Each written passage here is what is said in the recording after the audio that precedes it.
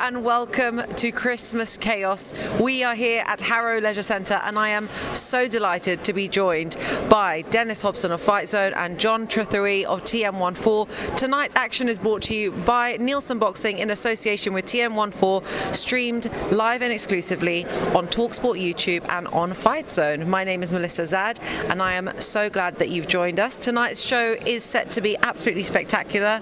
We've got 8 fan-friendly fights from top to bottom, and to talk to us more about it, I'm going to turn to John. John, we've got lots of really exciting names on the card tonight. Why don't you give us a quick highlight reel? Yeah, hi Mel, good to have you here. We're quite excited about this show. There was a bit of a demand for people to get out before Christmas when we had a full show last week, and I was sort of like, I can't get everyone out. Tried to go back to your call. They were booked out every week as usual, so we came somewhere different, which was Harrow. We're really pleased because the whole card tonight, not one fighter's ever fought on a TM14 or a Nielsen Boxing or a Hobson Boxing, if you like, or Fight Zone show. So it's a bit sort of like new people, but from top to bottom, there's some really good fights. I mean, the standout fight, the headliner, you got Michael McKinson. So I think he's 25-2. I might have got the first bit wrong, but he's only been beaten twice. Last time out, he headlined a Sky Sports show. Spencer, you were there, and he got beat for a world title. So great to have him here. Expect good things from him. He want to come back fight, and then he'll be back to big things after that. The co-main support is a debutant, which is a bit unusual, but he's George Grove's kid, and he's a cruiserweight. His name's Roehrig. Every gym you speak to in London, they're telling you he's going to be a world champion, and that's not just from George's mouth. George has told me that himself, so no pressure, George and Lucas there. He sold a bundle of tickets, and the majority of people here tonight will be for Lucas. He's a local lad as well, so we're really pleased to have him on, and obviously to have something with George is great for us as well. We've got Big Franco on as well, Franco Ignatius. He had his second fight with us. My second show, that goes back about 3 years in Brentwood, and he did well there, and he's gone off and he's had about 4 or 5 fights on Channel 5. He lost his last fight, I think, on a Sky Sports show. It might have even been the same one, but he'll be looking to bounce back, and we're affiliated with him not just from that show, but he's had Roy Jones Jr. supporting him, obviously, who's Dennis's friend, who's part of the Fight Zone family. So look, we got some good people on here. Got a lad over from Belgium, believe it or not, his name's Ibrahima Diallo. I think I've got that right. He's done 105 tickets from Belgium, got the money in the bank, so I know it, that have all flown over. So that's really interesting, because I would not expect that, certainly at this time of year, from another. It's not far from Belgium, but they're all flown over. So look, it should be a good card, and we're looking forward to it. Yeah, I mean, as you said, we've got some spectacular talent. You know, Roehrig is touted as the next big thing. You know, although it is his debut fight tonight, he is supported by some really like big players in the game, so great to have him on the show. And also Mikey the Problem, right? This is what he said is comeback season for him, so it'll be great to have that taking place tonight, and a great way to end the year on a really big high for us. Dennis, you know, moving on to 2025, what are the plans? You know, we've got Fight Zone doing huge things. Why don't you talk us through some of the vision that you see? Well, I don't know if I can divulge absolutely everything, because there's a fella next to me who's had a camera, who's been helping us plan for 2025, and it's quite exciting. And I must say, it's been a pleasure to team up with John and obviously Mark, and we're doing plenty of shows, and it's getting to the point where my kids are wondering who it is coming through the door because I'm out that often. But they know it's a passion, and I've been in the game a long time, and to work with great people. I've got Spencer Oliver here, who's been a dear friend of mine for a long time, and he believes in what we're doing. And as you can see when he's on set tonight, he can tell the enthusiasm and the belief that he's got in what we're trying to create. And while everybody's going off to Saudi Arabia, we're doing the real boxing. And John has done a fantastic job putting a lot of these cars together. We've got a smashing team, and like I say, this has given me a new lease of life in the game. And I've been in the game a long time. I've been at the top table, and I want to take John and Mark, and with Spencer, I want to get back to the top table and get back to the Vegas shows, the Wembley shows, and this is us on our way. And next year we're going to make some big statements, and it will all be revealed. A very diplomatic way of telling me very little about 2025, but I am excited. I'm a politician. You are, Dennis. A proper one. I'm better than that mob. What's in the number 10 at the moment anyway, but that's another story. I must say, gentlemen, I'm quite disappointed. Neither of you have come to the show kitted out in any Christmas themed attire. I wore red. I mean, I guess this could be, you know, associated for like a snowy white jumper, but Dennis. Yeah, well, there's a method in my madness. I'm travelling light tomorrow. I'm off to Thailand tomorrow. So it just so happens that I'd booked the Thailand show, and John were going to be coming with me actually, but we were going to do another special tournament with the Roy Jones Jr. and our man here, Spencer Oliver, but that's fell through. But that's going to happen. That's just been put back to next year. So I'm travelling light. We're still travelling. We're going to Thailand tomorrow with me, my family, and the Jersey mob. My Jersey mob from our hotel in Jersey. We'll be travelling. There's about 12 of us going, so it's going to be a nice excursion. So that's the reason, and that's my excuse for being in my civvies. That's fair. Well, listen, guys, we've had a huge year of boxing, working in collaboration. It's been literally going from strength to strength, and we are so excited to build on that for 2025. But before we get that underway, we have tonight to look forward to. So please stay tuned, and we look forward to having you join us.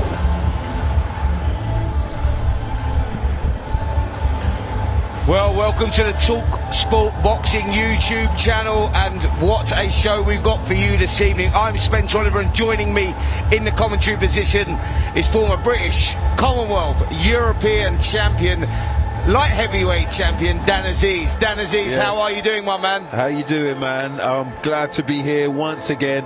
One of the last shows of the year, and I'm looking forward to it. Absolutely, mate. Listen, let's talk a little bit about the show tonight, what we've got in store tonight now. Yes. Top of the bill we've got this evening, we've got Michael McKinson. Michael McKinson, first time he's fought since October. He lost that IBO world title against Ngembe. And he's in against Ryan Frost. Last minute opponent, Ryan Frost. Yeah. Not very much experience. Speaking to Michael McKinson, and he was talking about how good it was just to be getting back out on the road, getting a fight under his belt, going into the new year with a win. And that's the important thing, Dan, right? Yes, no, for sure. I remember Michael McKinson when he was in such form, win after win. He picked up the IBO, and then obviously he lost it, and now he's back on just trying to, like you said, just get back into form. Remember, we watched Ryan Frost, was it last week, against Smith. Against Smith, he was also making another comeback. So Frost, remember, he could defend himself quite well. He knew himself around the ring. So I'll be honest, I think Michael McKinson's way out of his league, but hey, it's a last minute opponent. What can you do? Absolutely. Listen, they call this Christmas chaos, and we're going to get some chaos tonight. That's it. And that chaos comes from a kid, this is my prediction anyway, Lucas Roehrig. The guy is a very good fighter. He's managed by George Groves. Yep. Tough kid, mate. He's going in against Joel McIntyre. Now, Joel McIntyre is a former English champion. Yep.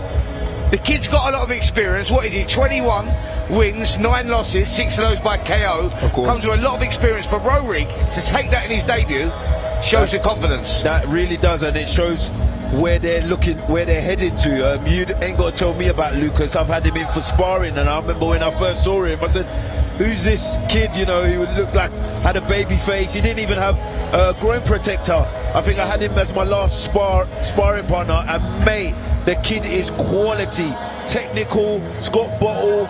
I'll be honest, from the start of his debut, I'm really expecting big things from this guy. Listen, the word in the gyms is this kid is going to be a world champion. Look, you talked about sparring him, there's big people like Chev Clark, Ben Whittaker, Jai Opataya, just to name a few, Chris Billum-Smith. Yep. He's been sparring with all those guys, picking up all that information in the gym, all that experience in the gym.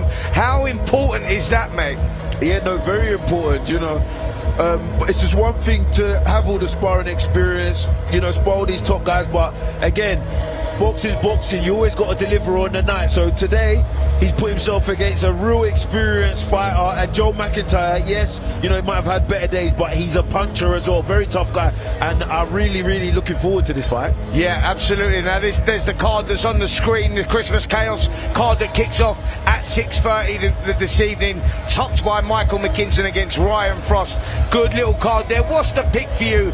Looking at the bill there, I know there's a lot of kids that are, getting an opportunity here. Not many of these, by the way, are Fight Zone fighters. If any, I think. And Mark Nielsen as well. I'm not sure that any of them will ever. This is about people getting work before Christmas, keeping ticking over, getting ready to go into the new year. Of course. We've got some 50-50s here, Dan. And we've got some good fighters. We've mentioned him already, Roehrig. That's the one that everyone's talking about. McKinson is a great one as well. But we got some good fights, right? No, definitely. I'm also looking forward to watch the heavyweight Franklin Ignatius. You know, he just come off a loss to Jamie TKV in a 10-round contest. I know him quite well, seen him spar, and it'll be good to see how he comes back from his defeat. Just like to see where he's head at. So yeah, that's another fight I'm looking forward to. Listen, talking about fights, talking about, you know, looking forward to seeing people in the ring. Where are you at, mate? What's going on? I'm hoping to get out early next year, latest March. But we're definitely going to keep the ball rolling. I love to fight. You know, the decision didn't go my way in my last fight, but you know, I didn't take punishment. To be fair, we thought we won it, but it didn't go our way. So we'll keep the ball rolling. I'm there. Whoever wants to fight, we're ready to fight, and we'll see how it goes. 2025 is a big year for you, Dan. You know, you've been there, seen it, done it. You know, you've got the T-shirt. The only thing you haven't got is that world title, and that's obviously the dream. The dream is to get that world title, get back in the winning mix, and 2025 you've got a chance to do that. Yes, no, for sure. Like you said, I've won every type of belt I can. It's just a world title shot, and you know, it might seem as like a long shot. They ain't have the best of 2024s, but that's boxing, and these are the kind of things that define you as a boxer. It's not how it goes when everything's going well, but how you come back from your losses and defeats. Absolutely. Listen, just before we kick off with this show today, the first fight in there is Ben Piper. He's going in against Naeem Ali. It's a good little fight. Piper is a kid that's having his debut, going in against Ali. Ali's only at 1-3. He's lost 135 and drawn 1. Yes. But these kids, to let people understand, these kids are the ones that, you know, develop these young prospects, right? No, for sure, definitely. Like you said, he's fighting someone who's had 100 odd losses, and he's only been stopped a handful of times. So, you know, to make your debut against an away fighter like this is something. And I think Ben is from Eltham, not too far from my neck of the wood. So I like to see how he gets on. I trained at Eltham ABC for a bit, so yeah, I'm looking forward to it. Hope he represents good.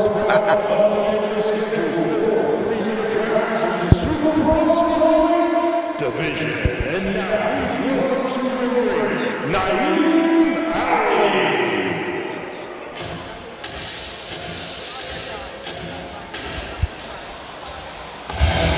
Here we go, Naeem Ali. Now this kid comes with a wealth of experience. 3 wins, 135, that's right, you heard me, 135 losses. And 1 draw. This is 4 3-minute rounds over Super Welterweight. Adding on to what you just mentioned, he's had 17 fights this year and only been stopped once. So you know this is a tough away fighter, and I'm looking forward to seeing how Ben Piper approaches him. Well, here is the debut of Ben Piper. The ring entrance. Dan, you remember what it was like making the debut. It's not an easy task, mate. A lot of pressure on your shoulders, a lot of nerves, a lot of emotions going through there. What will he be thinking right now? You know, he might be thinking, wow, this feels like I'm having my first fight again. I'm sure he's boxed as an amateur, but also excitement as well. You know, when you're amateur and you're making your pro debut, you've got a lot of excitement. You can't wait to, you know, go through those ropes with the 10 ounces, no head guard. You know, it's excitement, and it's just how you channel the nerves that affect your performance. So yeah. This bout is sanctioned by the British Boxing Board of Control. Look, I can see Ryan Barrett up there. Like I said, I used to train down at Eltham ABC, and Ryan Barrett and his dad used to run it, so I'm very familiar with them. So yeah, it's good. It'll be good to see how he gets on with their fighter. And now, ladies and gentlemen, introducing to you first, fighting out of the red corner. He's wearing the black trunks. His official weight of 158.8 pounds. He's a veteran of 139 fights. Hailing from Blackburn, England, United Kingdom. Introducing Naeem Ali.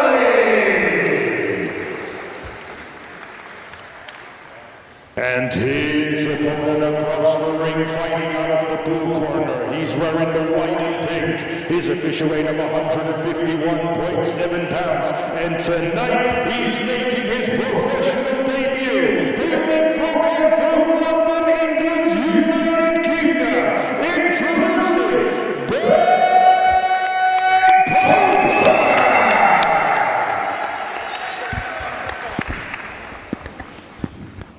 Okay, lads, when I say stop, you stop boxing. When I say break, take a step back. Keep your hands up, protect yourself at all times. Good luck to you both. Good luck.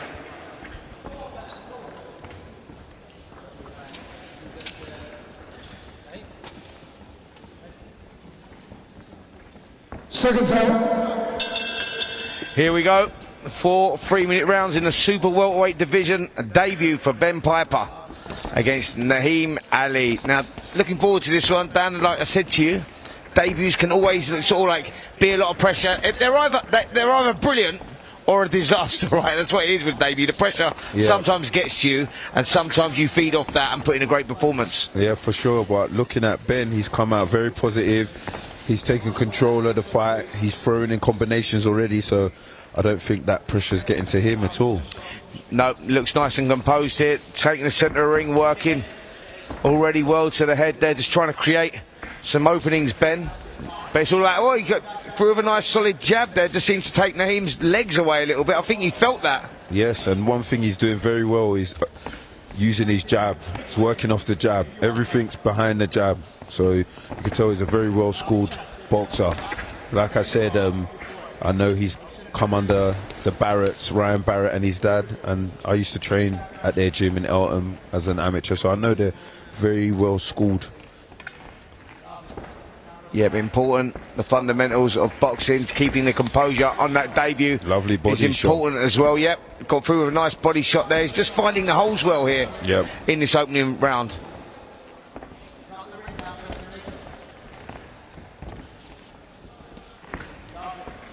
Lovely head movement as he's coming in, and he's cutting off the ring well.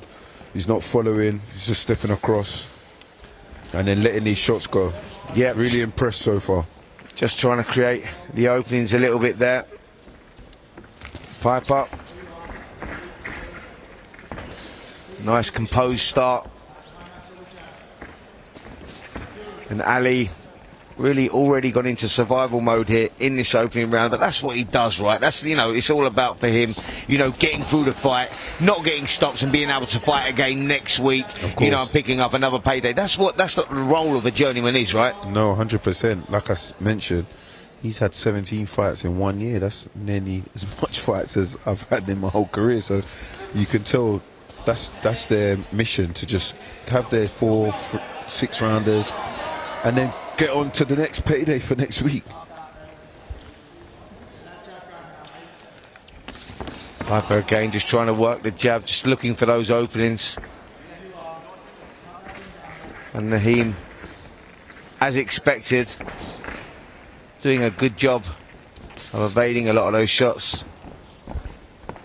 I like Ben's kit, you know. There's something about white and pink. It always reminds me of Miguel Cotto. I don't know what fight he fought, but every time I see those colours, I think Miguel Cotto, and he's riffing it well. I like it.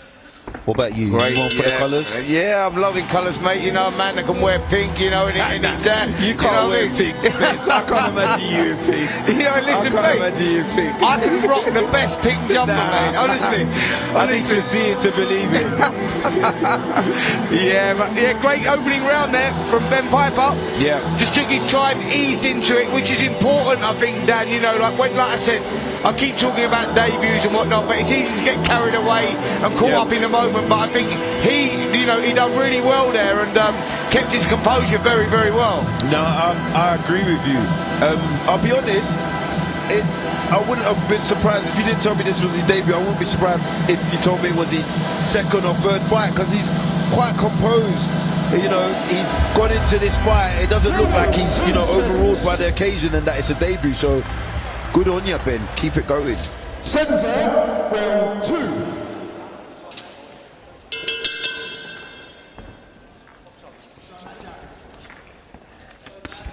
Well, good first round there from Ben Piper. Got that under his belt. And he'll be looking to build on that now, Dan, and just sort of maybe turn the screw a little bit, pick the pace up, and try and do what not many people do with Naeem, and just get the stoppage if he can. I think that's the ideal debut, right? No, for sure.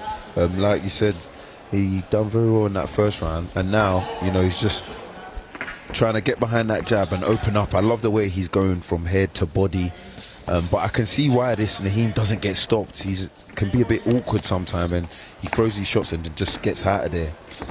Well, do you know what it is? To get a guy out that hasn't come to win, they don't take those chances, so the opportunity's not really there. So it's very difficult to create an opening and to create, you know, a stoppage or force a stoppage, because the guy's too defensive. Do you know what I'm saying? He won't take any shots. So yes, you're correct. This is where you have to, you know, get a bit more creative. You also have to take risks, because you got to be a bit more open as well yourself. Lovely duck from Ben, and he comes back with great combination. He's really impressed with Ben's composure. Very impressed. yeah, he's took control of this contest early, and he's picked it up a little bit here in the second round, and again defensively very good as well from Ben Piper. So this is, you know, he will be pleased with this. And one thing about debutants, sometimes even if they are performing well and they're, you know, winning the fight, you can always see like the jittery in their movement, as you know, because it's their first fight. Like I said, with Ben, he's very composed, you know, even on the defensive, he takes the shots nicely, he's relaxed, and he comes back with his own. I like it. Yeah, it's always a tough one with a debut, because there's so many nerves and emotions flying around, and it doesn't matter what amateur experience you've had. If anything, sometimes when you're coming from a good amateur pedigree, puts more pressure on your shoulders turning into the professional ranks. But to explain to our listeners, Dan, how different it is going from amateur boxing to professional boxing, it's like two different sports. For sure. I spoke to the best amateur boxers, and you know, they've given me their stories of when they turned pro and how it's totally different. And it is totally different, you know. In the amateurs, you're more on your toes, you know, it's more about scoring shots. It's not actually about, you know, landing big shots, where in the pros you're actually there to hurt people. It's, you know, it's also, for me, I believe in the pros, it's not what you can give, it's also what you can take. Absolutely. Absolutely. As much as people say yes, hit and don't get hit, you've got to be durable yourself. It only takes one shot for your lights to be out in a pro, so it's a total different sport.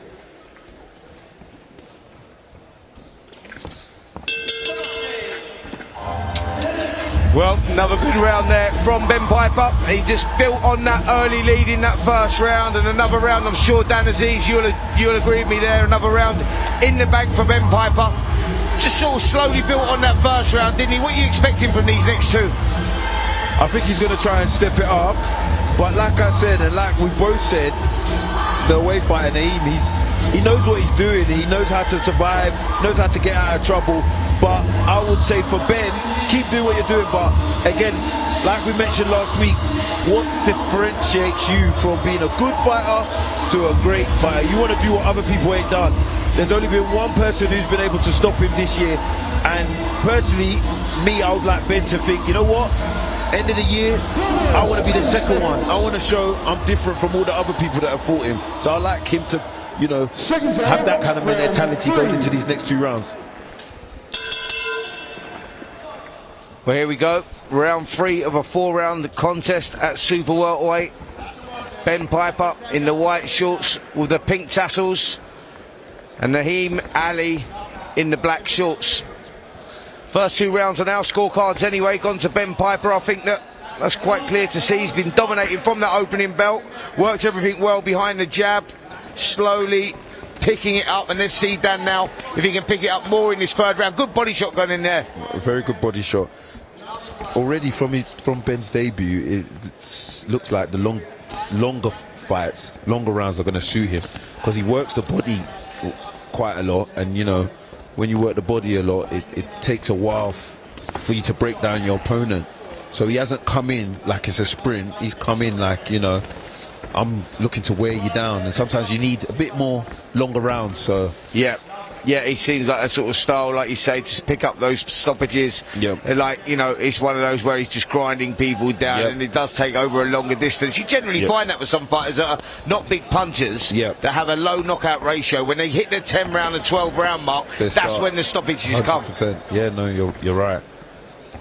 But so far, he's in control, throwing some lovely shots. See, like there, when he had him on the ropes, when I was talking about the creativity, you know, Naeem will just tuck up and collect all of them, but you got to do something else to try and get their guard down, or, you know, use your imagination, man. Come off the line, come round the sides, you know what I mean? Like double up on the hooks, treble up on the hooks, like double up on the uppercuts. Just do things that are a little bit different, because someone like Naeem Ali knows this, like this game. He'll take these all day long, and that's here. If he steps around to the right hand side or around to the left, and there's shots available, and that's exactly what it is. And I think that's the learning point. That's when you're at this early stage. That is the development, right? No, you're 100% right.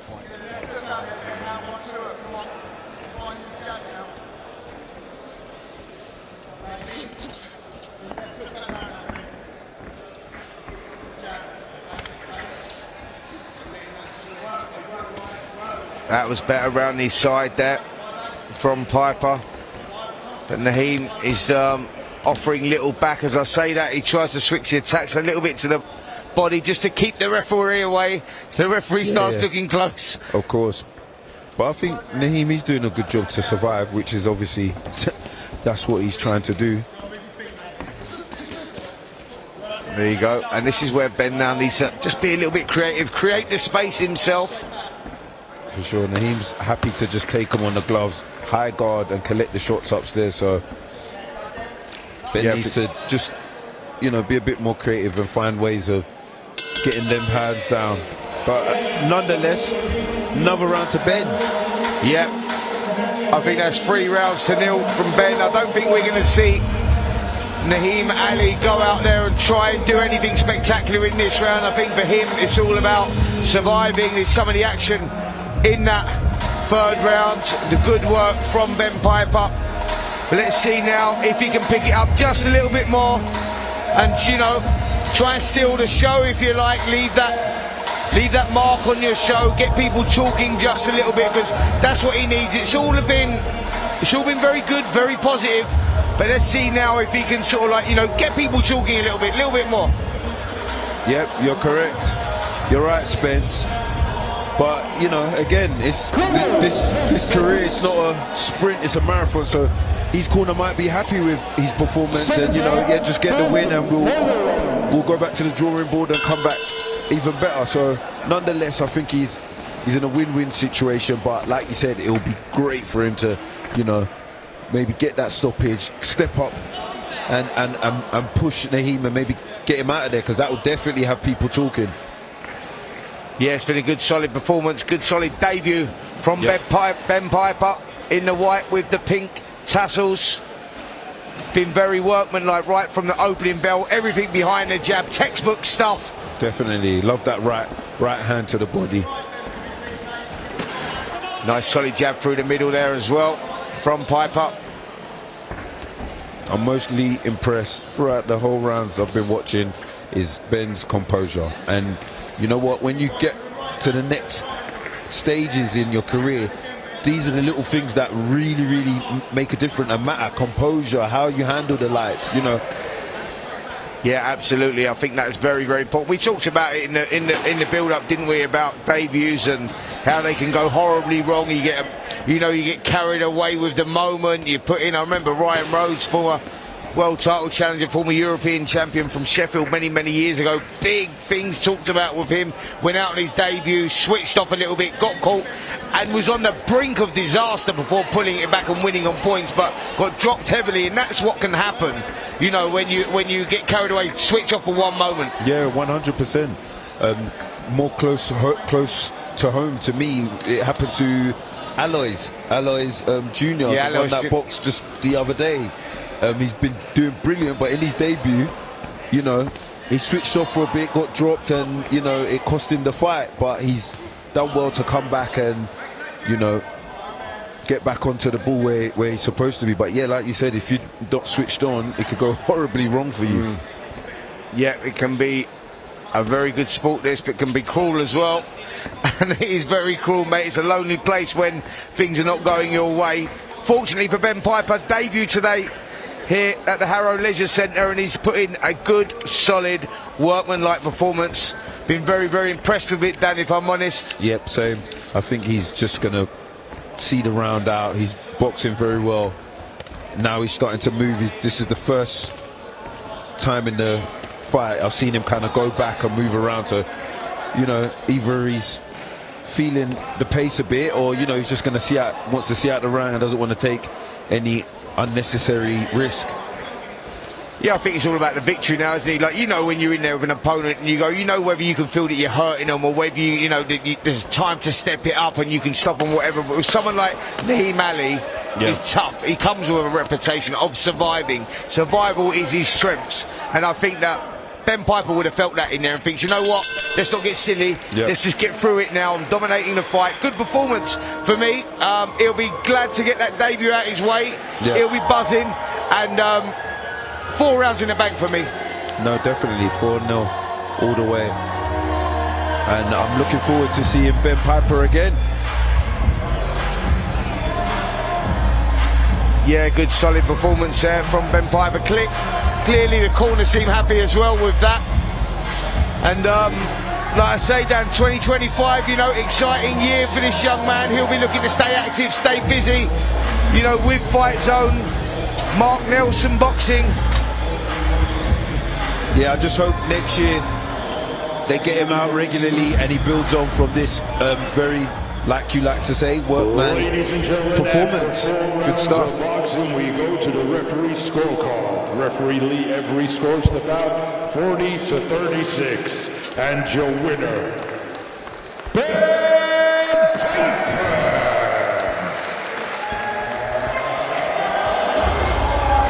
Well, as expected there, Ben Piper picking up the victory. Very, very happy for that. One thing's for sure, Dan, he'll be eating some turkey at Christmas, mate. Let's talk a little bit about making weight, you know, and how tough that would have been for him over the last couple of weeks. You know, you're cutting down on your foods, and, you know, people don't understand that of a boxer's life, man. That's the horrible part of a boxer's life, is cutting weight, cutting food. Now he can go and enjoy that at Christmas. No, definitely, he deserves it for sure. And the making the weight is probably the worst part of being a boxer. I've always myself having to make 175. Not that I'm a big 175, but I've always envied the heavyweights. I'm like, man, they don't have to not eat, not drink, you know, they can eat as much as they want as long as they're trained, they're all good. Yeah, well, let's have a listen now to Ben Piper, who's over with Melissa Z. She is just about to hear from the former debutant, now 1-0 professional boxer.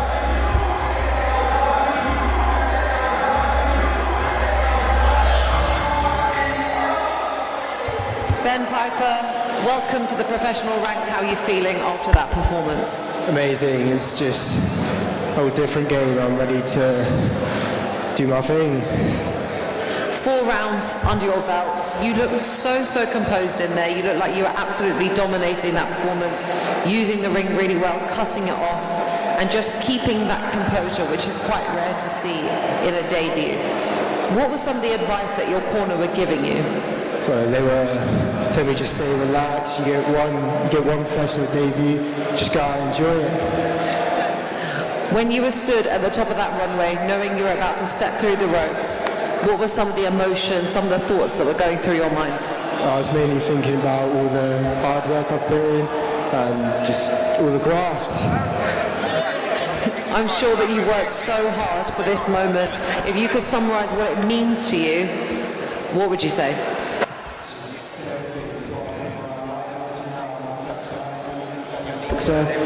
Yeah. And a quick message for your fans. Thank you. Congratulations again on your debut. Thank you.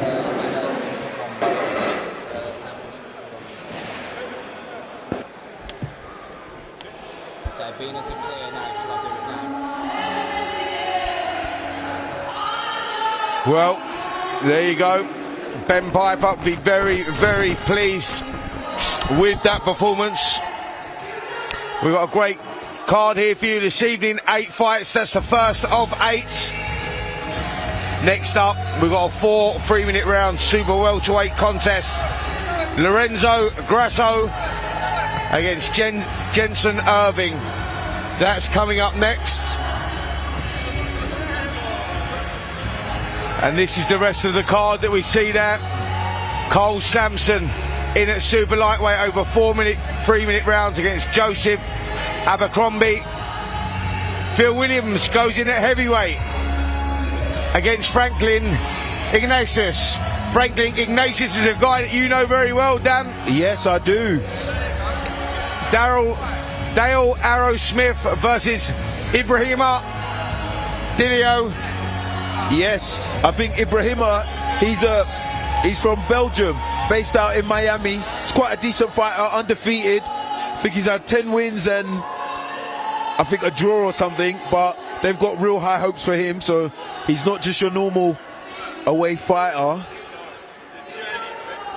Yep, Edgars Zenza against Doru Mogos. Edgars, a good mate of mine, one of my former opponents when I was on the up and coming. Very tough guy. I think when I fought him, he wasn't really getting stopped that much, but now I think, you know, maybe it's getting to him a bit, but he's a tough guy and knows his way around the ring. Who have we got next?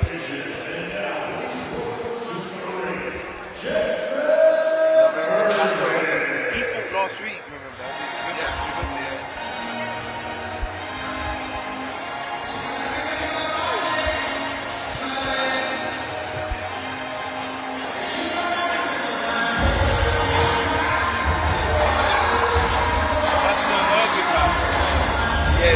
Here we go. The ring walk of Jensen, Irving. We only saw him box last week, believe it or not, myself and Dan Aziz. Dan is a tough kid, tricky kid. Yep. Knows his way around the ring, and you know, one of those guys, like the guy in the first round there, Naeem Ali, in the first fight, Naeem Ali, one of those guys that comes not necessarily to win, but to survive the distance. No, for sure. I remember I think he fought Brad Axe last week, and yeah, he really does know his way around the ring, knows how to look after himself. Awkward and tricky, so yeah, Lorenzo, he's a tough kid. Well, here he is, Lorenzo Grasso. 6 wins, 3 defeats. One of those wins coming by KO. Spoke to him earlier on actually this evening, and the trainer Sam, he said, listen mate, I want to have a good Christmas. I want to go out there and I just don't want to win. I want to steal the show. I want to put in a performance.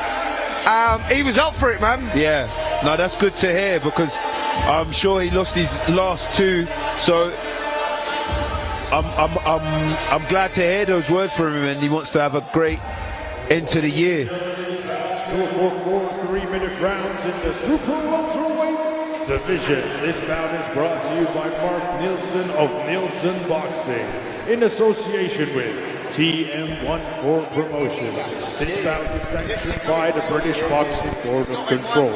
Your area representative, Dan Frost. Your timekeeper at the bell, Brett Bowles. And your third man in charge of the action in the ring, referee Sean McIntyre.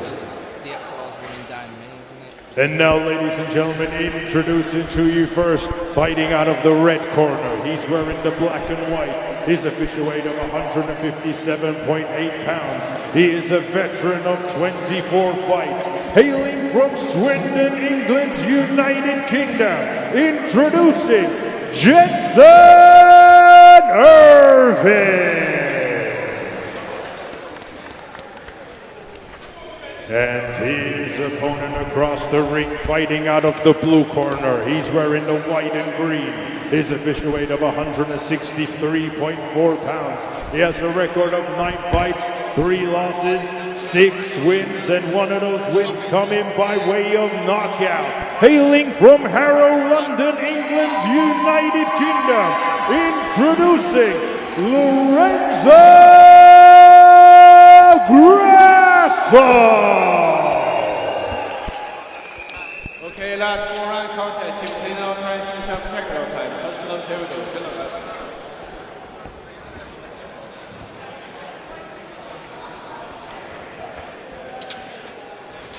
Here we go. 4 3-minute rounds at Super Welterweight. Lorenzo Grasso versus Jensen Irving. Grasso coming off a couple of defeats, Dan, and looking to get back to those winning ways. He was talking the talk earlier, to be fair. Yeah, well, you know, that's the first part. At least he's got his mind right, and now the second part is performing and putting it into action. You know, like you mentioned, his last 2 losses have come by stoppage early as well. But credit to him, he's fought 2 undefeated guys. He took the losses to 2 undefeated guys. So it's nice how he's coming out now, because he looks quite positive and his offense is very good. He's boxing quite well. Yeah, started very well, took the centre of the ring, working well off that jab, landed a couple of solid right hands through there as well. But Jensen Irving, he'll be getting a little feeling here, looking at his record and going, listen, he's been stopped in 1, been stopped in 2. Yep. I've only got 4 victories, 19 losses. I'm going to make that number 5. Yeah, exactly. And that's the thing, when you're coming into these fights against these away fighters, you never know what they're thinking, so you can never take your eye off the ball. But Grasso's boxing well, he's picking good shots, and one thing I've noticed about him, as soon as he throws, he's expecting something back. But he throws and leans back, so he needs to be careful not to keep his chin up in the air. But so far, so good. Yep, solid right hand just went through there, switched the attacks to the body as well. He's finding success with that right hand, actually. Irving getting caught repeatedly for that, and he's got to be careful of that shot. Yes, Lorenzo's boxing very well. This round has been very good, clean boxing from Grasso. He's thrown some lovely shots. Yeah, everything straight down the pipe, in it off the jab, right hand straight down the middle as well. Good work here, good opening here from Lorenzo Grasso, and that's the confidence builder he would have needed. Yes, for sure. One thing in boxing is to throw shots and, you know, maybe your opponents catching them a bit, but here Grasso, he's actually landing clean, and that's what I like to see. You know, some people, they throw their shots, but the opponent might ride it and it's not such a clean shot. But so far Grasso's landing clean shots and he's getting out of them just like that. Lovely jab straight down the pipe. Yeah, keep coming off a couple of losses inside the distance as well. Sometimes can knock the confidence of a fighter, but Grasso's showing none of that in here at the moment. Come out, stamped his authority early in this contest. Lovely right hand over Irving's jab. Yes, for sure. And imagine taking 2 back-to-back stoppages. Imagine the kind of mental state you could be in. But so far it looks to it shows that Grasso, he doesn't care about that. He's just come here for the win, and that's good. Yep, he's backing up what he told me earlier on, to be fair, because he said that's what exactly he was going to do. Go out there and make a show of it, and that's exactly what he's done here in this opening round. Grasso, the green and white shorts with a gold trim. Great round for Grasso. Absolutely great round. Box clean shots, didn't take punishment. And I think if he can keep this pace up, I would not be surprised if he gets Irving out of there. Well, listen, if he builds on that, there's some of the action in this first round. The good shots through the middle, that was the jab that you were talking about, Dan. Solid jab through the middle, and that was setting everything up. He was getting through those straight rights to the head as well. Lovely, and using right that hand. variety, the body shots as well. Exactly. Switching it body and head. How important is that? No, very important, especially against these tough away fighters. They know how to survive. They're tough. They're tough by nature. They've been in there. So you can't always just go for the head. You need to break down the body. You know, chop the tree down, and then it will fall. Is that the right phrase? I'll go with it. I'll go with it. Round 2. I'll go with it.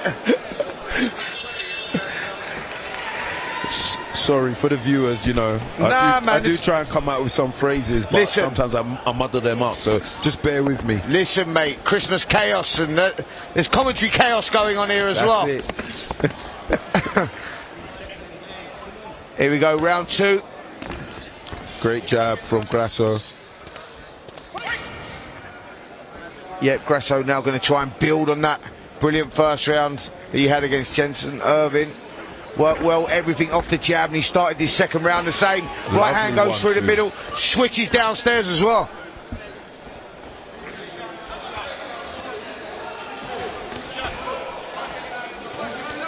Oh, good combination back from Irving, though.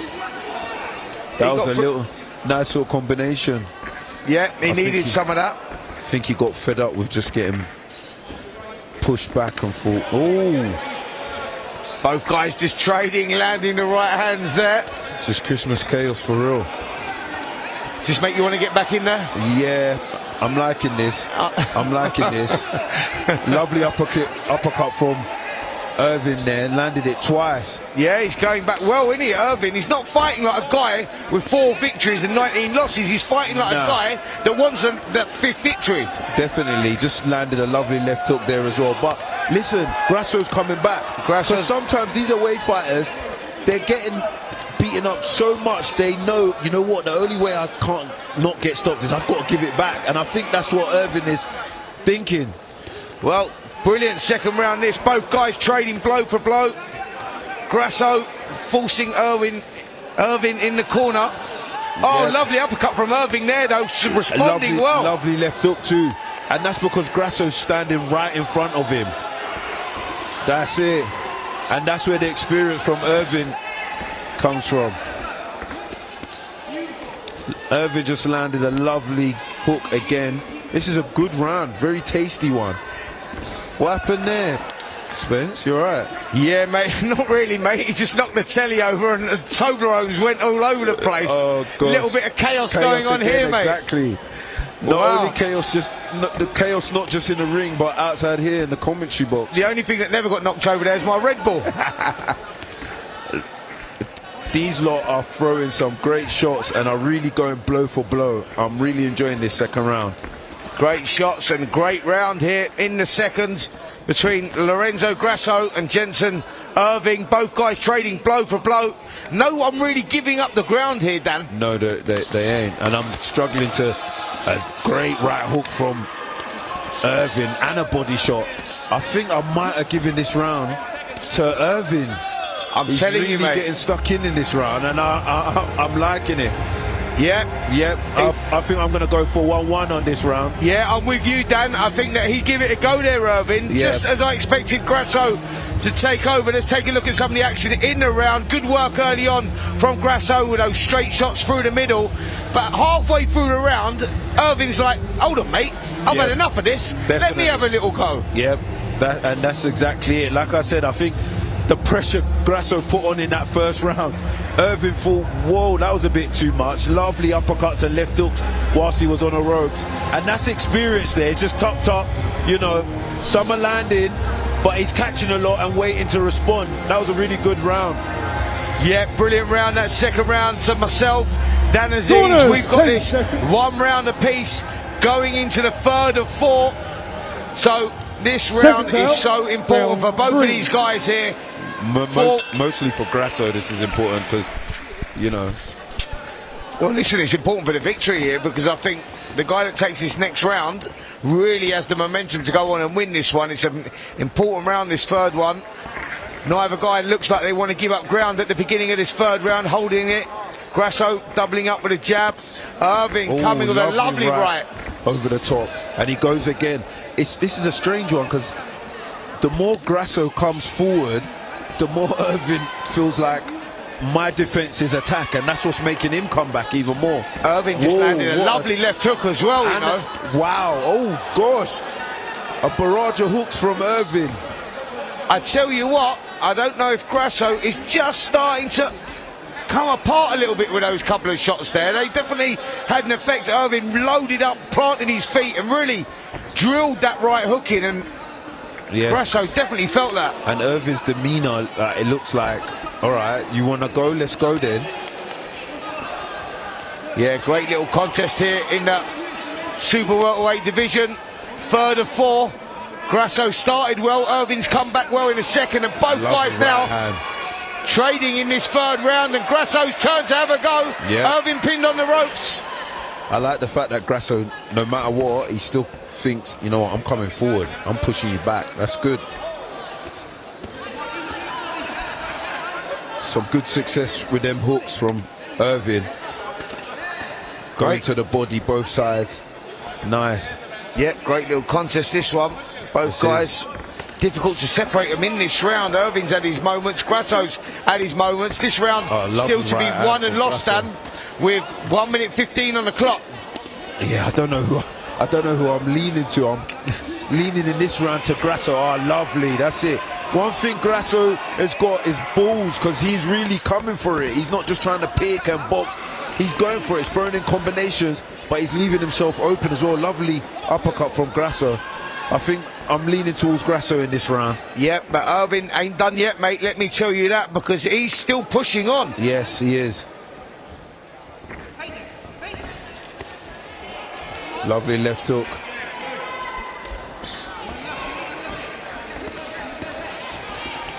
Grasso just seems to be taking a hold of this round, and he's just picked the shots up well. Both guys now starting to show the wear and tear on their faces, starting to get a little marked up. Lovely backhand from Irving. Oh, wow. A beautiful right hook. Oh, and he's letting the hands go. Oh. I tell you what, is that going to be enough to win the round? It might do, you know. It might do. It might do. Irving's really getting stuck in. He just let on the beautiful combination. Oh, Spence, I do not know who to go for, you know. I'm actually, I don't know. I actually don't know who to go for.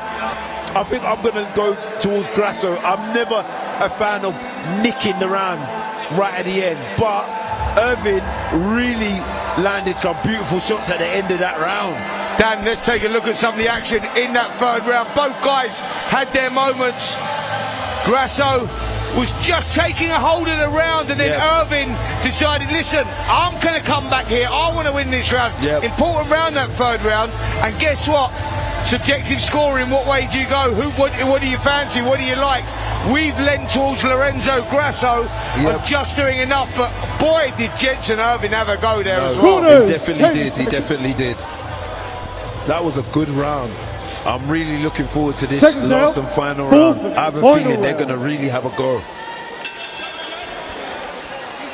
And I'm pretty sure they both got each other's respect, for sure. Mate, what do you reckon? What do you mean you have a feeling they're going to have a go? They've had to go for 3 rounds, mate. No, you're right. You're right.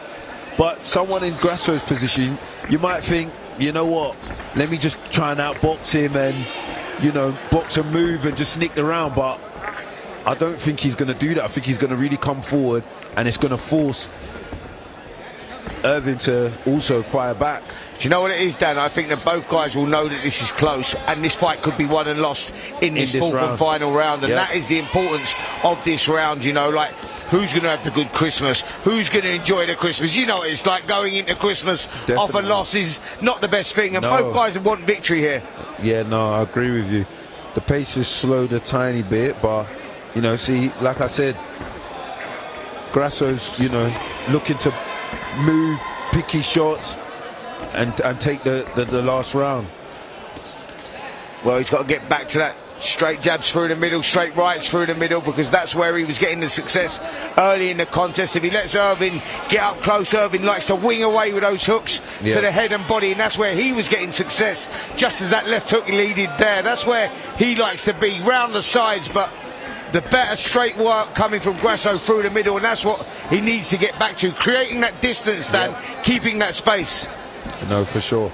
I don't really like Grasso on the back foot. I like him coming forward and putting the pressure on Irving, but lovely uppercut there, and then round the side. Oh, lovely triple left hook. That was brilliant from Grasso. Yeah, great work there from Grasso, because he needed it, and again he's piling it on here. And this is what I said when I said this Grasso, he shows bottle, because he lets him go. He lets him go. He'll land a shot and then he'll follow through. It's like he's ready to empty the tank out on his opponent, and I like that about him. Lovely jab from Grasso. Yeah, just getting through with a cleaner work now, Grasso. He's getting off for the shots first, which is important. Irving knows he needs something big here in this last minute. 45 seconds to go in this last round, and now it's Irving's turn to have a go.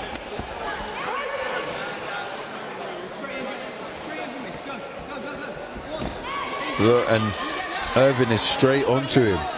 He marches him down, marches forward. I think Grasso is probably feeling the pace a bit. Oh, lovely combination, round the side, straight and up through the middle. Excellent. And Irving's come straight back. Yeah, last couple of seconds. What a brilliant contest here. Both guys leaving it all in the ring here in this fourth and final round. That was a nice end to the round.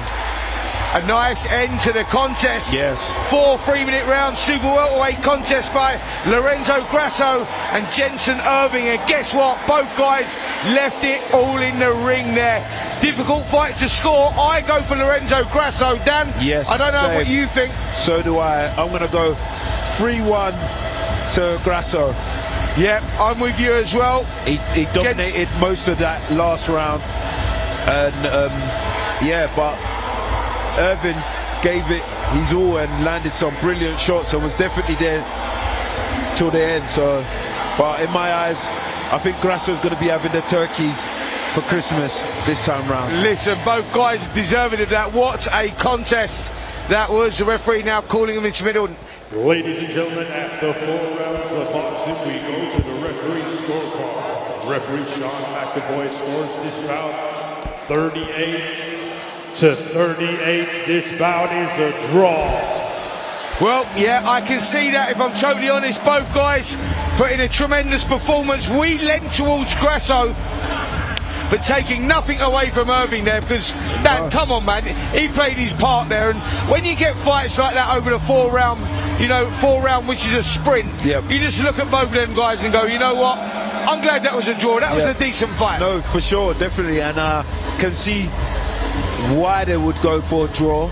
And to both fighters' credit, you know, it's good that it was a draw. They both performed very well, entertaining fight. So far for me, fight of the night. We'll see how the rest of the evening goes. But well done to Grasso and Irving.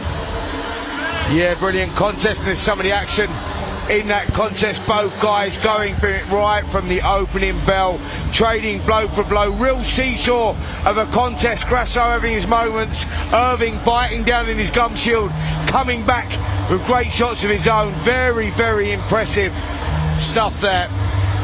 So yeah, and after a contest like that, we got a draw, and there's no one who's losing, because I'm sure the crowd enjoyed it. Yeah, absolutely. And both guys there really trading blow for blow, and they both wanted victory so desperately. Deserving it of a draw, if I'm honest. I thought Grasso, like I say, nicked it, but a draw, and there you go. Onwards and upwards. Next up, we've got a 4 3-minute round super lightweight contest. Joseph Abercrombie against Karl Sampson. Abercrombie undefeated in 4, looking to go 5-0 against Sampson, who again has got a wealth of experience. 7 victories, 42 losses and 1 draw. And a fight, Dan, I'm really looking forward to. Yeah, no, for sure. Joseph is from Guildford and he's fighting another away fighter who's got quite a few defeats but not a lot of stoppages, so he's fighting a tough journeyman, so to speak. And looking at his record, it looks like a lot of the fighters he's fought have been quite tough, because you see he's had 4 wins, no stoppages, but when you look into the people he's fought, they've been tough away fighters, and to his credit, he's fighting another tough guy. So let's see if he can maybe add his first stoppage tonight. Well, that's what it is, isn't it? Abercrombie 4-0, but still searching for that first stoppage, and that all-important first stoppage.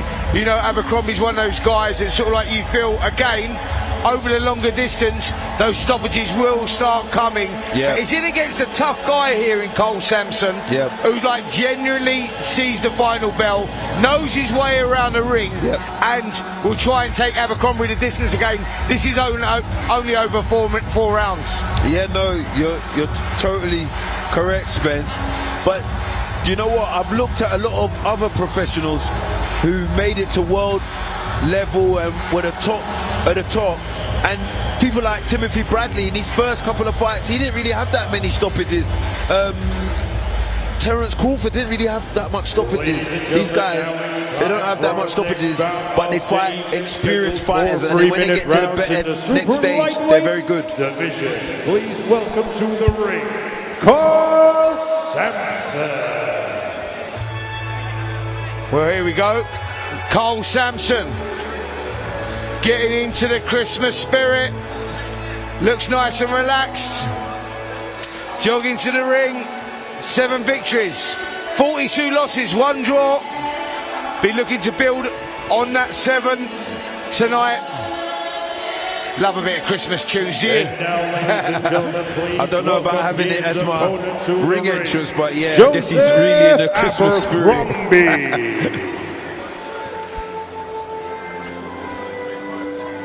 Here we go, Joseph Abercrombie. 4-0 as a professional, still searching for that first stoppage victory. Will he get it tonight, Dan? Maybe. Is this song from the Game of Thrones? This music? I ain't seen the Game of Thrones. Oh, have you not? Are you into it? Where is it? I'm sure it's from Game of Thrones. No, it's the... Oh, what film is this? Is this from, Spence? Oh, mate. Because it's getting to me. I can't remember what song this entrance music is from. It sounds like It sounds like gladiatorial, though. You know what I mean? Like, like you're going into an auditorium, yes, like you're going definitely. into. Whatever film it's from, it's a impactful scene. So this must mean a lot to him. Starting to get me going, if I'm honest.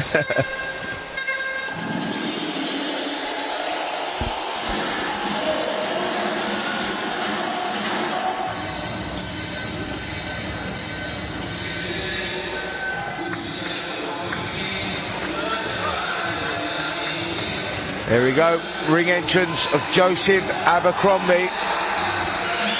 Brought a good little crowd down with him this evening as well.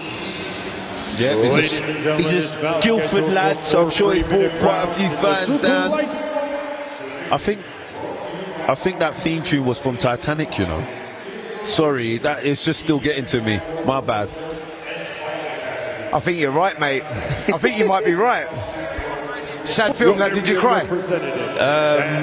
Yeah, I did. I'm glad you're honest, man. You know that, because you was going to try and say no. Then I saw it in your eyes. I thought about it, you know. For all the people that did cry over that movie, I'm with you. I'm part of that club too, so don't feel ashamed. And now, ladies and gentlemen, introducing to you first, fighting out of the red corner. Like Karl Sampson looks tough. He just looks like a tough guy, you know. Maybe it's the beard. I don't know, but he looks like a tough, hard-knock boxer. From Sheffield, England, United Kingdom, introducing Karl Sampson. Like you mentioned, 42 losses, only been stopped 4 times. So this is going to be a tough ask. Fighting out of the blue corner. It's going to be a tough ask to try and stop Karl Sampson.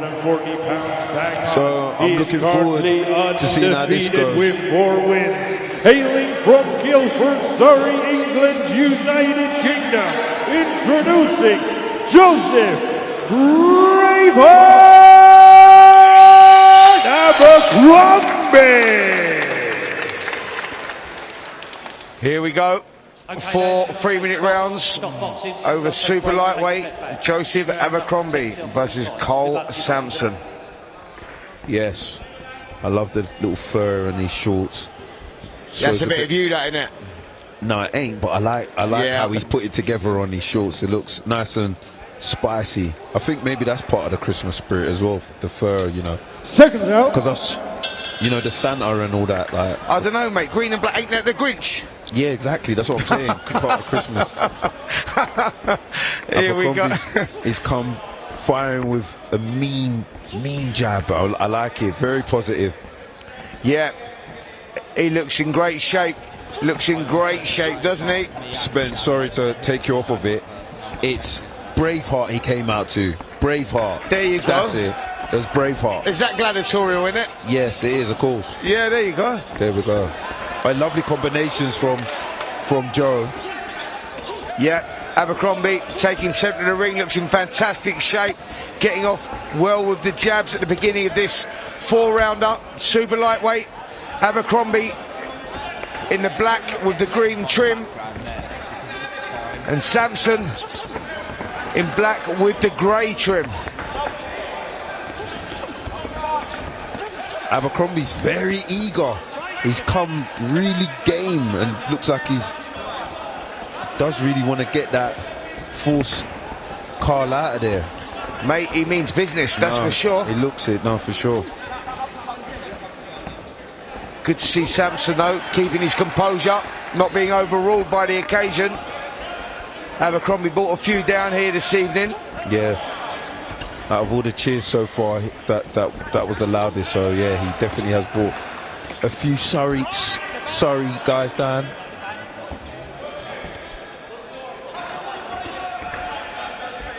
But Karl's a little nippy as well, you know, switching stance, nice roll under that jab from Abercrombie.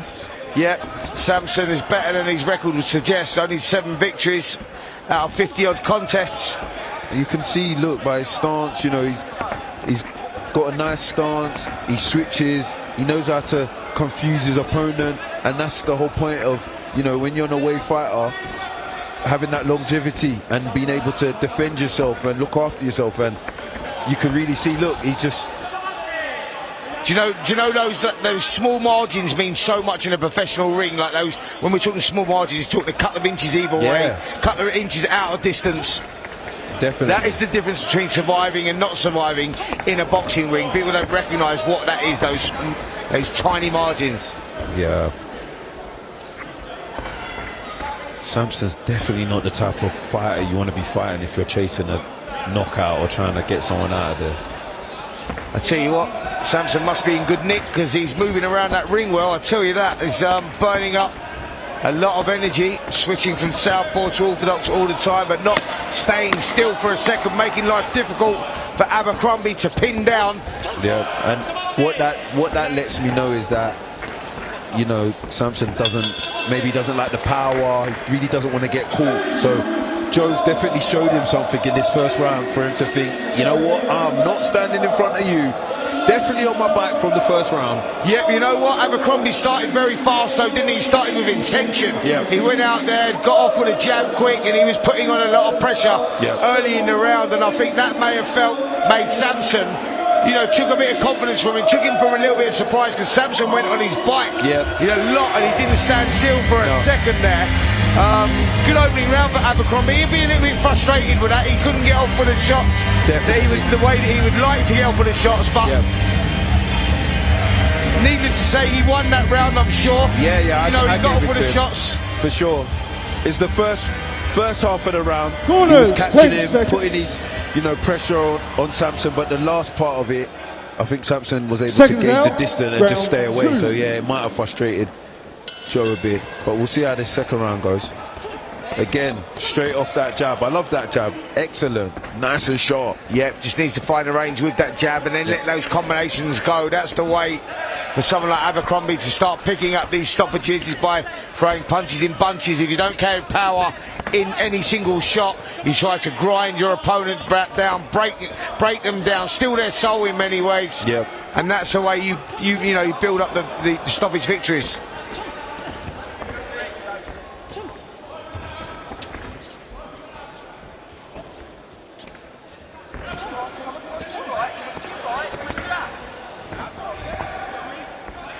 Abercrombie again just holding centre of the ring, making Sampson work around the perimeter, making him work hard, but Sampson doing a good job, Dan, of staying out of trouble, keeping the hands up well. Said that, and he shipped a couple there, but yeah, doing a good job of staying out of trouble. Yeah, I'd love to know what Karl's amateur career, like what his amateur background was like, because he's got decent feet. Like, he knows how to move from side to side and, you know, stay out of range. Yeah, he jumps in, then he's out, you know what I mean? Like, and he switches quite well. Yeah, got good movement, hasn't he? Like, you know, like you can see that there, you know, there's fundamentals there, you know, that there's good foundations there, and that's built from an amateur pedigree as opposed to white collar background or unlicensed boxing. You can see that he's well schooled. Look, did you see that? It's moving side to side, then just out of the blue comes out with a backhand. Little cheeky shot. Yep. I hope Dan Aziz throws a couple of them. We love a cheeky shot, don't we? Absolutely, mate. Yeah.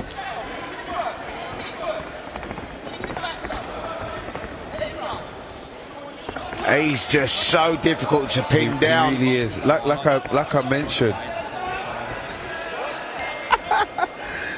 You know what? It's like I said, four fights, and you haven't had a stoppage. Karl is not the one you want to be fighting.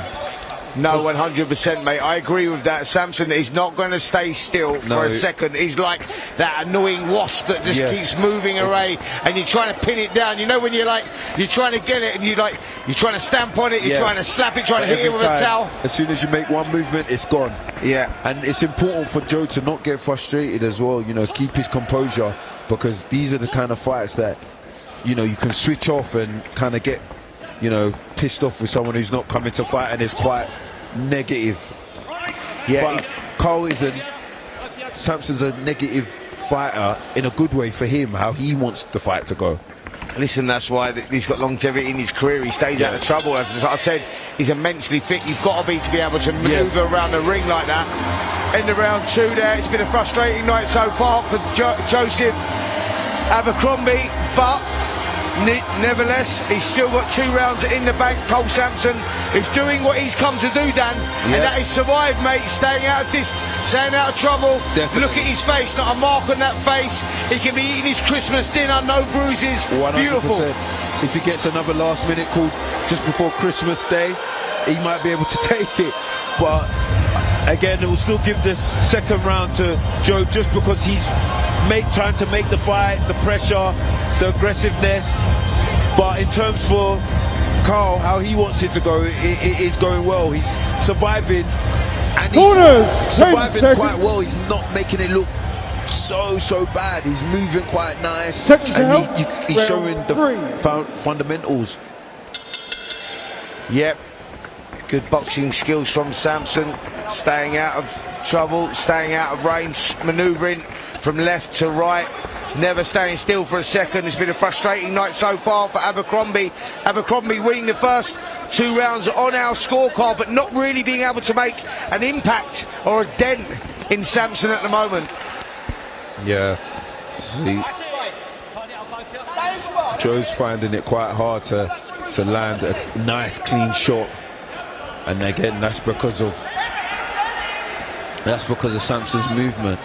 Yeah, that was better work there from Abercrombie. Sorry, Abercrombie. Yeah, when he throws punches in bunches, it's quite effective. When he's doing the single shots, you know, it's quite hard. Do you know what he should do? He should just think of the theme music that he came out to, Braveheart, and just charge at him. Just go at him. That's what I was going to say, Dan. How do you pin a guy down like this? You cut him down. So he's walking around and he's giving him a little bit too much space at the moment. Yep. He needs to get himself just a little bit more in range and just force the pace, cut him down, pin him in the corners, then get off his shots. But easier said than done with someone like Karl Sampson, who will not stay still for a second. I bet you Karl Sampson never does more than 4 rounds, or hardly does more than 4 rounds, because to be able to box like this for more than 4 rounds, it will take its toll on you, and this is why a 4-rounder is perfect for Sampson. How many miles do you reckon he's clocked up in there already? I reckon if he was on the road, he's probably done 3 or 4 miles already. Exactly. If this was a 10 or 12 rounder, you would hope that Sampson, all right, down the stretch, he's gonna fade or, you know, fall apart a bit. But there is no down the stretch in a 4-round. It's a straight 100-meter sprint. It's a sprint. What I mean? Absolutely. And Sampson is doing what he come to achieve. He's achieving what he come to achieve. That's a moral victory for Sampson. You know, the way that he's moving, staying out of trouble, not getting hurt, is making life frustrating for Abercrombie. Definitely. Yeah, Sampson's not even really throwing any punches, just defending and using his feet to get out of range. But Joe, I like what he's trying to do, you know, stay low, cut across the ring, but, you know, it is difficult against an opponent. Do you know what I like, Dan? And if we're going to take the positives away from what Abercrombie is doing here is he's trying things, you know what I mean? He's not just like one-dimensional walking forward. That ain't working, so I'm not going to try something else. Like you say, he's coming in low, he's trying to pin him down. I've boxed someone like this, by the way.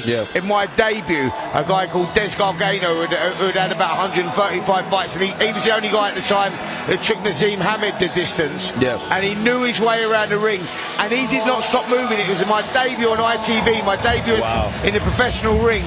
And this kid moved exactly like him, non-stop. And I can't tell you how frustrating and how hard it is to pin him down. It's all right, I was saying, oh, Abercrombie's just got to force the pace a little bit more. But you know, when you're in there, it's not as easy as it. You know what I mean? It's not. For people that are watching and viewing, they're going, oh, just pin him down, stick him in the corner. Trust me, it ain't that easy. It's not that easy, no, for sure. Yeah, well, listen, another round in the bank from Joe Abercrombie. And then sometimes you don't even want to be too reckless, because that's when you get caught with a shot. So, seconds out, fourth and final round.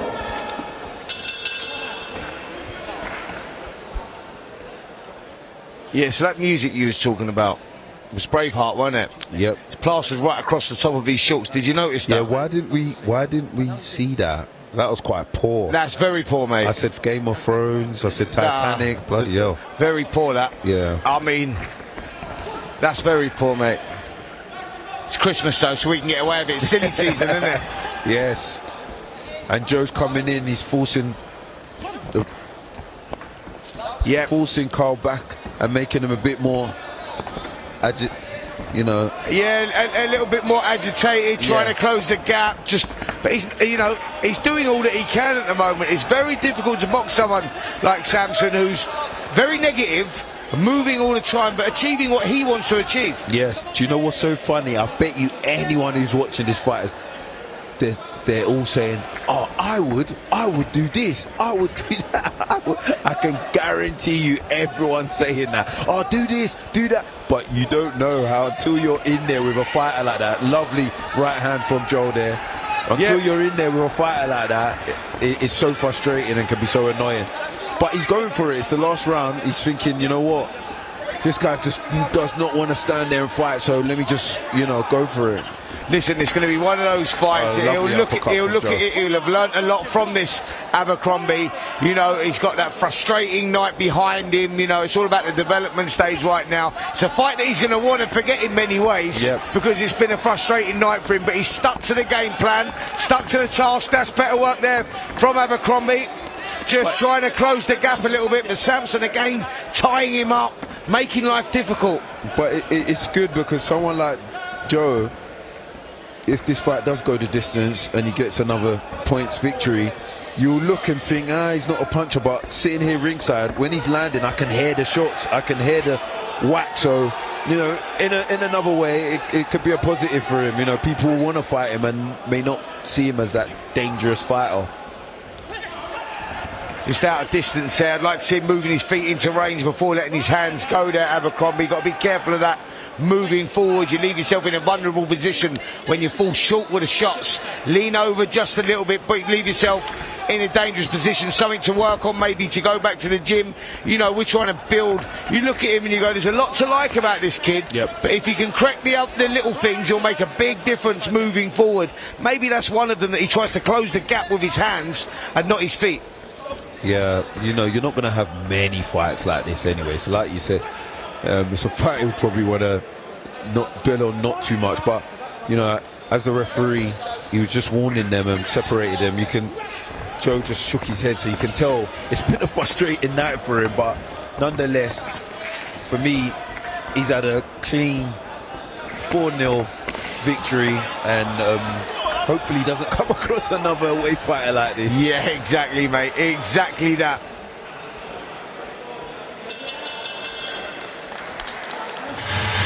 It's the final bell.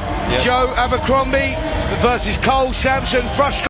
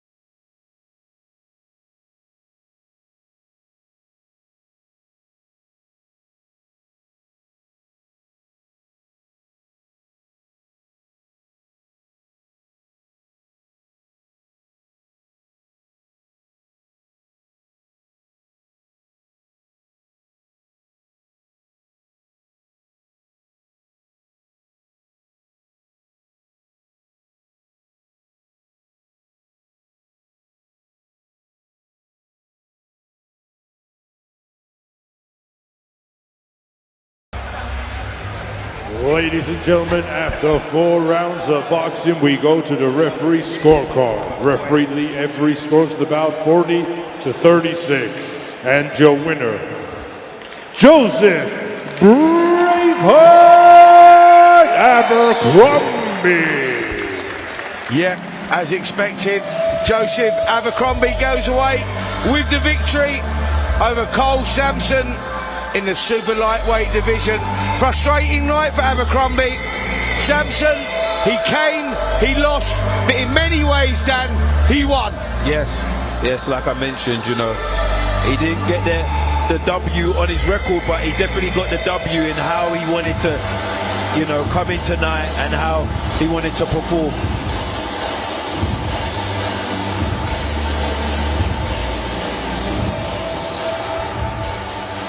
Just getting the team photos there as he picks up victory number 5. But well done to Joe Abercrombie. I'd love to see him against another prospect, somebody who's game and comes to fight. I think he'd be really, really good. You know, so far he's fighting quite a lot of tough, durable, experienced away fighters. I'd love to see him against a prospect and someone who's actually come to win. Absolutely. Well, 5-0 now for Abercrombie, and he's speaking to Melissa Z. How are you feeling after that win? Yeah, feeling good. Getting stronger as I'm getting older. I'm only 21-year-old. I've had 5 professional fights now, 5 wins. Feeling good, and just stepping stones. Just make it to the top, hopefully. Yeah, as you say, you know, your 5th professional fight, you're kind of making that progress through the professional ranks.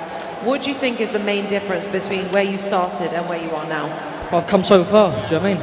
I went home with Johnny 2 years ago. Thank him very, very much for helping me out. At first, I was a fighter. I kept coming forward, didn't use my head, kept getting punched, and thank God Johnny calmed me down, got me the progress, and then in the end, I'm here now. Karl Sampson, very experienced veteran, very light on his feet, kind of loves that evasive defensive movement. What was the game plan going into tonight's fight? The game plan was just use my boxing skills and boxing and cut the ring off and trying to hunt him down, but he was quite fast. But I got him in the end and broke him down slowly, but I wish I'd done 6 rounds now and then I probably would have broken down. Got a stoppage. A quick word from John Edwards. What was some of the advice that you were giving Joseph in the corner? Well, it was nothing. When we knew we had Karl, he only had a week's notice and he come in and took the belt because his original opponent got suspended. But it was that. Jimmy Lee boxed Karl. I've seen him from the amateurs. He's a great fighter all round. And as I said to him, you're never going to land a big shot on him. Just keep chipping away, cut the ring off. And keep going and get the experience out of it, you know. But he kept Karl under pressure, won every round, so I'm delighted with the performance. And what was perfect today, when Karl did throw it, he defended everything. So I don't think 1 or 2 shots meaningless got on him. So that's the key, and not getting it as well. What a really big way to finish off the year. What can we expect from you for 2025? Well, just keep pushing, just keep training hard. And hopefully I'll get 11, 12 fights in and then we'll start pushing for titles and getting there, but slowly. I'm only 21-year-old, I'm not young. I'm not 28, 29, 30-year-old, I've got to go fast at it. I'm only 21, I've got loads of time yet to make my way up there and get there one day, hopefully. Well, listen, we look forward to seeing you back in action. Congratulations again on your win. Thank you very much. I'd like to thank Nelson Promotions for putting him on the show again, and we're out in March. And also Will has come into the team and doing his strength and conditioning. A great boxing man as well, so he's got a great team around him. So, you know, he's only young, keep building. A bright future ahead. Congratulations. No worries.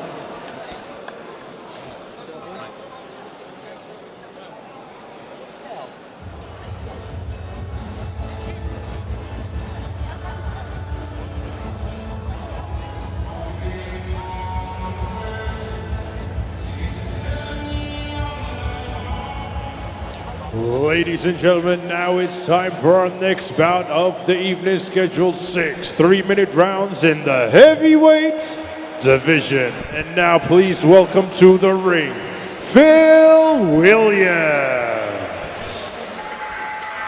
Here we go. The heavyweight division over 6 3-minute rounds. Phil Williams, 6 victories, 57 defeats and 1 draw, but he knows his way around the ring, this kid, that's for sure. Lost to Jamie TKB last time out. Yes. Speaking of Phil Williams, I think I remember when he had his debut. Actually, he's a tough heavyweight. He's fought quite a lot of prospects, and he don't get stopped that often. So it'll be good to see how Franklin comes back from his defeat from Jamie TKV and how he approaches this. And I believe he's fought Phil Williams already. I'm not sure. I'll have to. Hold on, mate. You remember his debut? That's 58, 64 fights he's had. Yep, I remember his debut. How long ago was that? 2018 against. It was against. Derek Chisora's old coach. How can I forget? Don Charles' son. It was against Don Charles' son, George Fox. And now, ladies and gentlemen, please welcome his opponent to the ring. How many years ago? Franklin like you said, Ignatius. Well, here we go. Franklin Ignatius. A friend of yours, Dan. Yes. 6 victories. Yeah. 1 defeat. One of those victories coming inside the distance. What can we expect tonight from Ignatius? I know that he's fought a few people down here. Yep. And he's looking to get back onto winning ways. Yes. I'm expecting a very aggressive and positive performance. You know, I know he's coached very, very well, Brian and Ian, and they're very, let's say, they're not about messing around and all the cute stuff. They're straight, go forward and go for it. And I think that's what they're expecting 3-minute rounds to do, in especially the after he's lost to heavyweight TKV. division. And he's a strong fella. If you look at him, he's in great shape. He can punch, in association he's with athletic. TM14 Promotions and Fight into this fight Academy. and take it straight to Phil, because Phil definitely is, I'll say, straight from the off your to area survive. representative. Yeah, absolutely. Listen, I ain't saying nothing bad about Ignatius tonight. We're sitting in the corner for him, and he just looked down, mate, and he just gave me a look, and it was like a little bit of a scary look as well, and I'm thinking, you know what, let's be nice and to now, Franklin ladies and tonight. gentlemen, introducing to you first, fighting out of the red corner, he's wearing the black and green, his official weight of 263.8 pounds. He is a veteran of 64 fights. Hailing from Swindon, England, United Kingdom, introducing Phil Williams. And his opponent across the ring, fighting out of the blue corner. He's wearing the black and red. His official weight of 231.8 pounds. He has a record of 8 fights, 1 loss, 1 draw, 6 wins, and 1 of those wins coming by way of knockout. Hailing from Dagenham, England, United Kingdom, introducing Franklin Ignatius.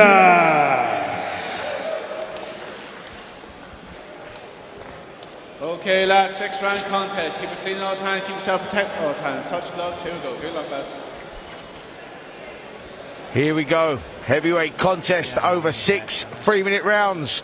Franklin Ignatius against the tough journeyman Phil Williams. Let's see how this one goes. Ignatius coming off that loss to Jamie TKV, and he means business tonight.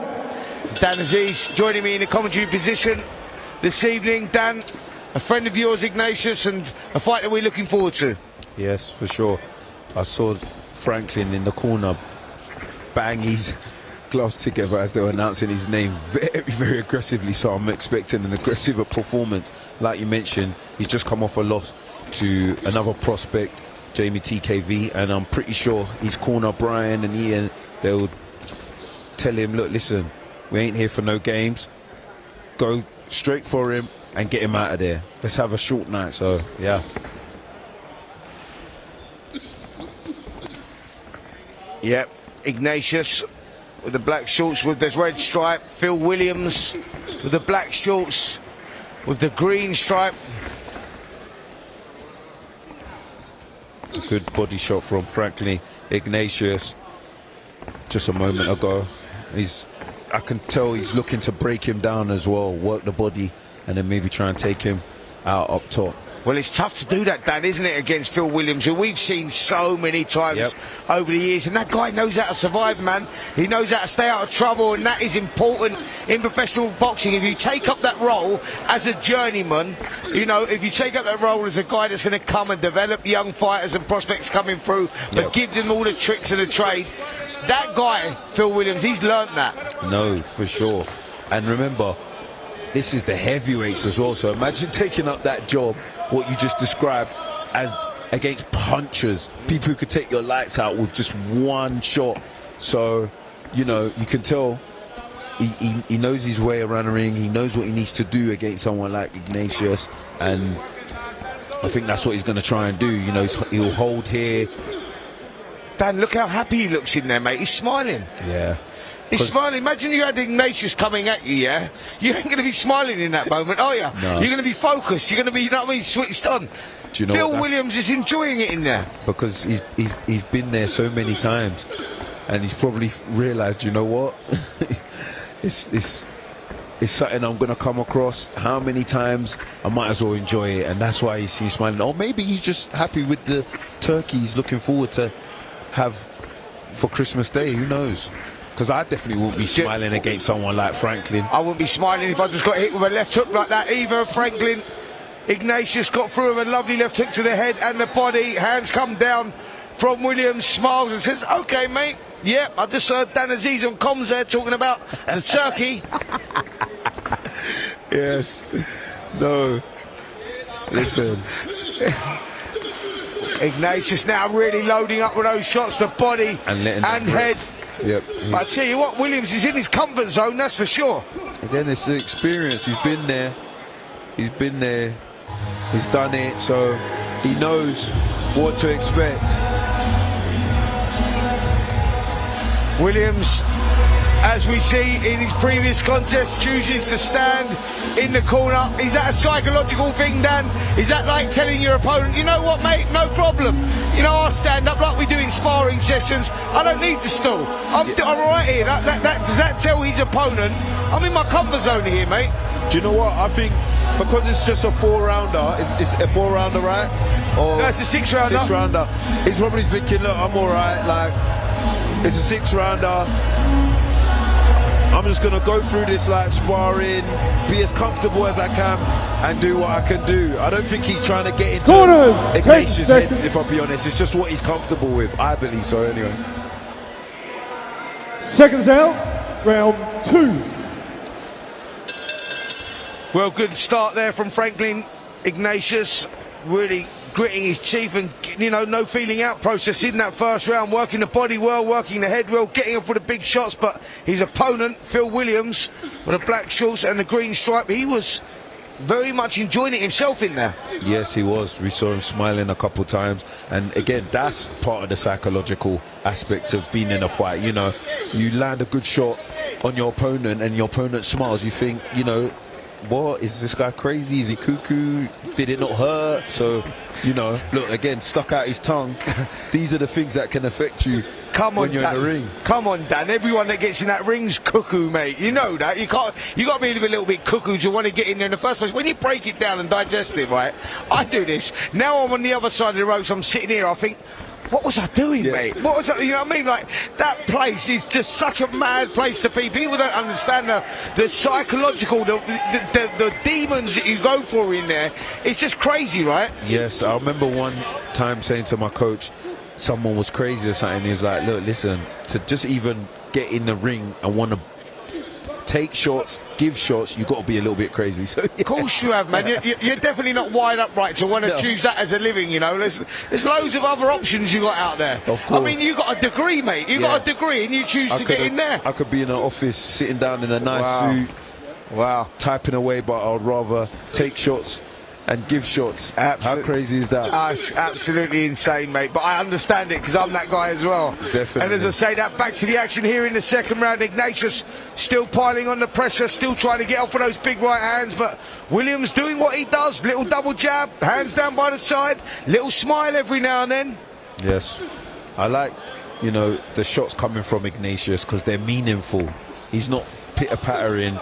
The shots he's loading, you know, he's letting them rip.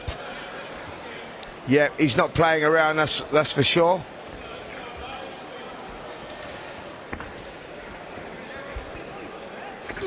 No, oh, lovely left hook to the body from Ignatius. Yeah. One thing about Ignatius, he's a thinking man. Again, he's somebody, I'm pretty sure he's got a degree, and sometimes he can overthink. And as well as, you know, we like to harp on about ring IQ, sometimes it's not good to overthink things when you're in there. Totally agree with that. Little body shot went in a little bit low there from Ignatius. Fair play to Williams. He signalled it, but got on with it.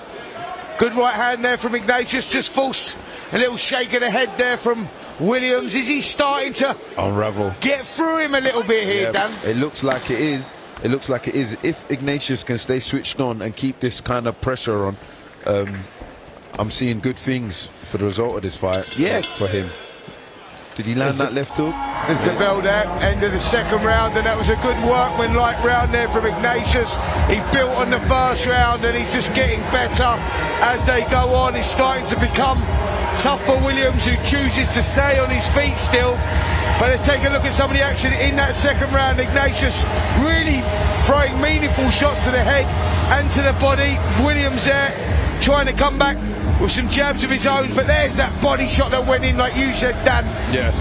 Right underneath the elbow, and there's the low blow as well. Fair play to Williams, he got on with it there. Yeah, the referee didn't pick it up, and you know what, when you're in there, if the ref don't pick it up, you carry on, and that's what they both did. But I love in that highlight the right hook from Ignatius, and then finished off with a left hook to the body. That was a lovely combination. Well, here we go. Seconds out. Just about to start the third round. First two rounds in the bank for Franklin Ignatius on our scorecards anyway. Yep. Williams done a good job of sort of staying out of trouble, soaking out a couple of big shots, but is he just starting to feel it here? We'll find out in this third round. Yeah, look, Phil's, you know, he's beating his chest, so it goes to show, you know, he's still in there, sticks his tongue out. And I can just hear his coach, Franklin's coach, saying, don't take no notice of the sticking the tongue out, because usually, more times when you do things like that, it's because you are hurt or you have been pulled. Do you know what I'm saying? Absolutely. The amount of times we see a fighter get shook to the sole of his boots and then smile. Exactly. But his eyes have separated at that point, and you go, no, mate, you're not all right. You know, it's called kidology. Exactly that. And this is where Franklin's just got to stay focused, don't worry about that, and keep on pressing how he is, letting his shots go, working the body. Well, he's still sitting down on those shots, Franklin, just looking to break the guard there of Williams, but Williams doing a good job defensively at the moment. I like how Franklin's keeping his distance with his jab. He's able to get full power, just missed with a right hand there, but he's able to get good power. When he's too close in, he smothers a bit, but when he's got his distance, he lands really meaningful jabs. Oh, that's a lovely left hook to the body again. Yeah, he's been finding that shot well, hasn't he? Comes back with a lovely left hook. You do not want to be at the end of those kind of swinging shots from Ignatius. No, he's starting to break through the guard, and he's taking his time, picking his shots. Just found his distance here, Ignatius, in this third round. Williams now starting to bite down on that old gum shield. Dan, we know what that's like. Yes.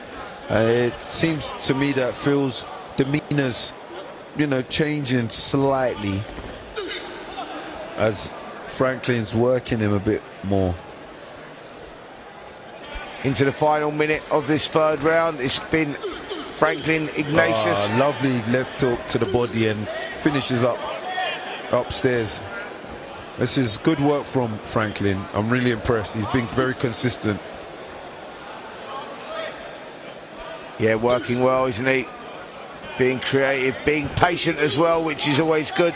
Maybe the one criticism you can have is he's overstepping that right hand sometimes and just losing the range on that.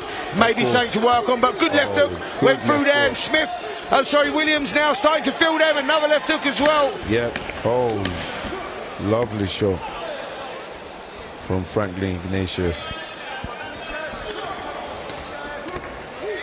That's what Williams has to do there, and I think it was important that Williams actually done that.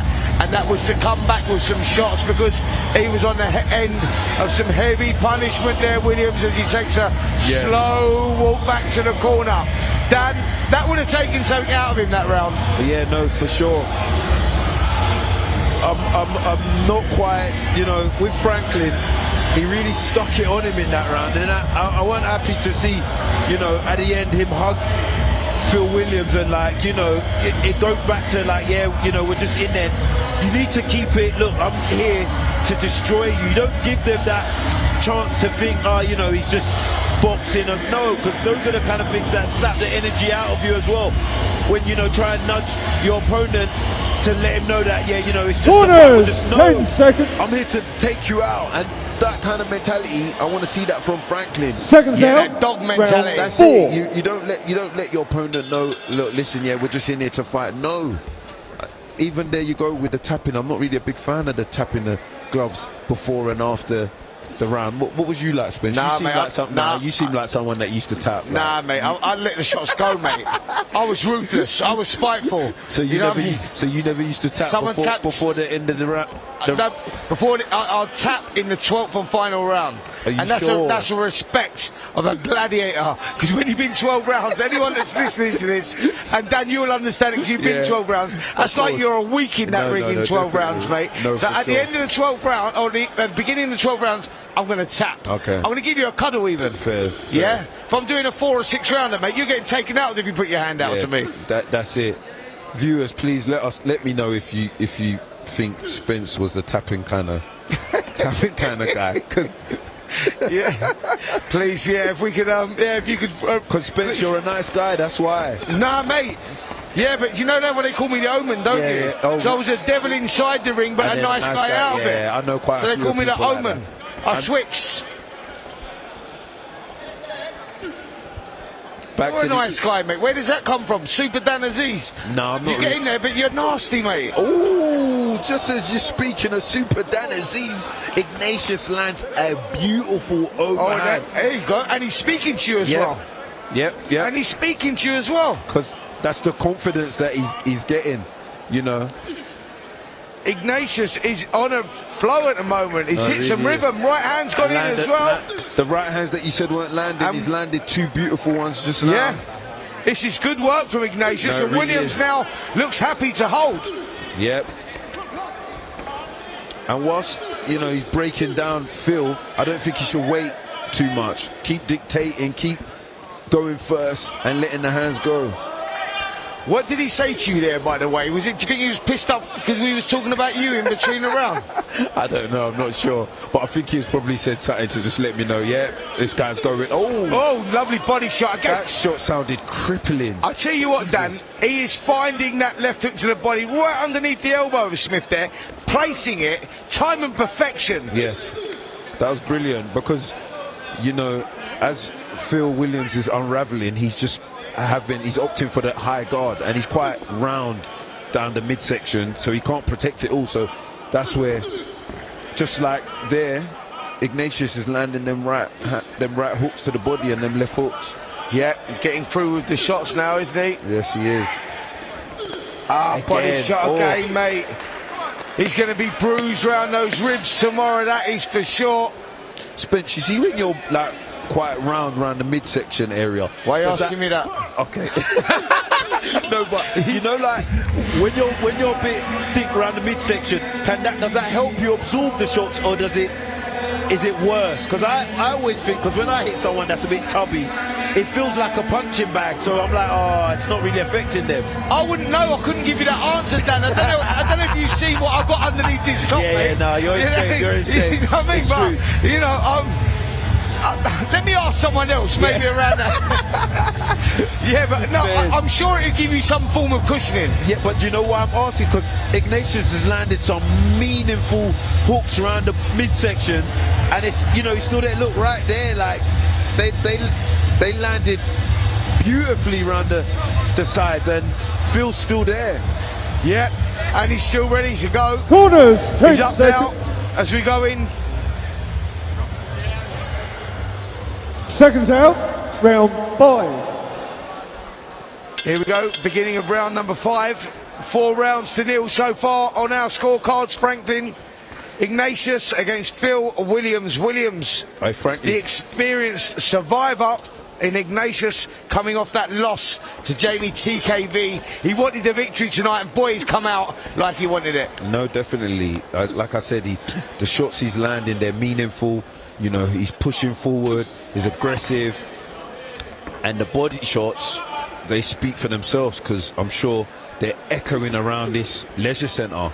Just tell people how Paul Williams' ribs are going to be feeling tomorrow. Oh yeah, you never know. You know, he could be pissing blood. It gets to that stage, you know, when you around the kidneys and stuff like that. Look again, like, but look, joke. Phil's just tapping his chest like, yep, come on. But obviously, you know, they are affecting him, but it shows his grit and determination as well.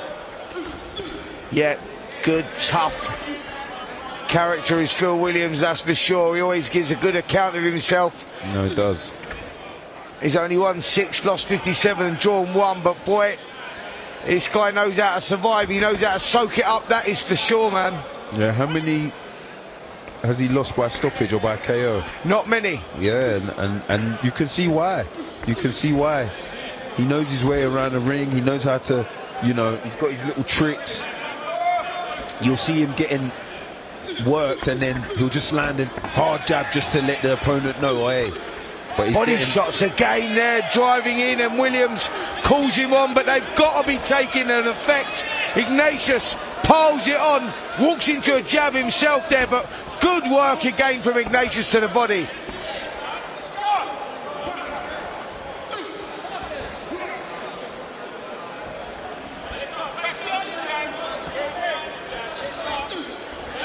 Lovely right hand from Ignatius.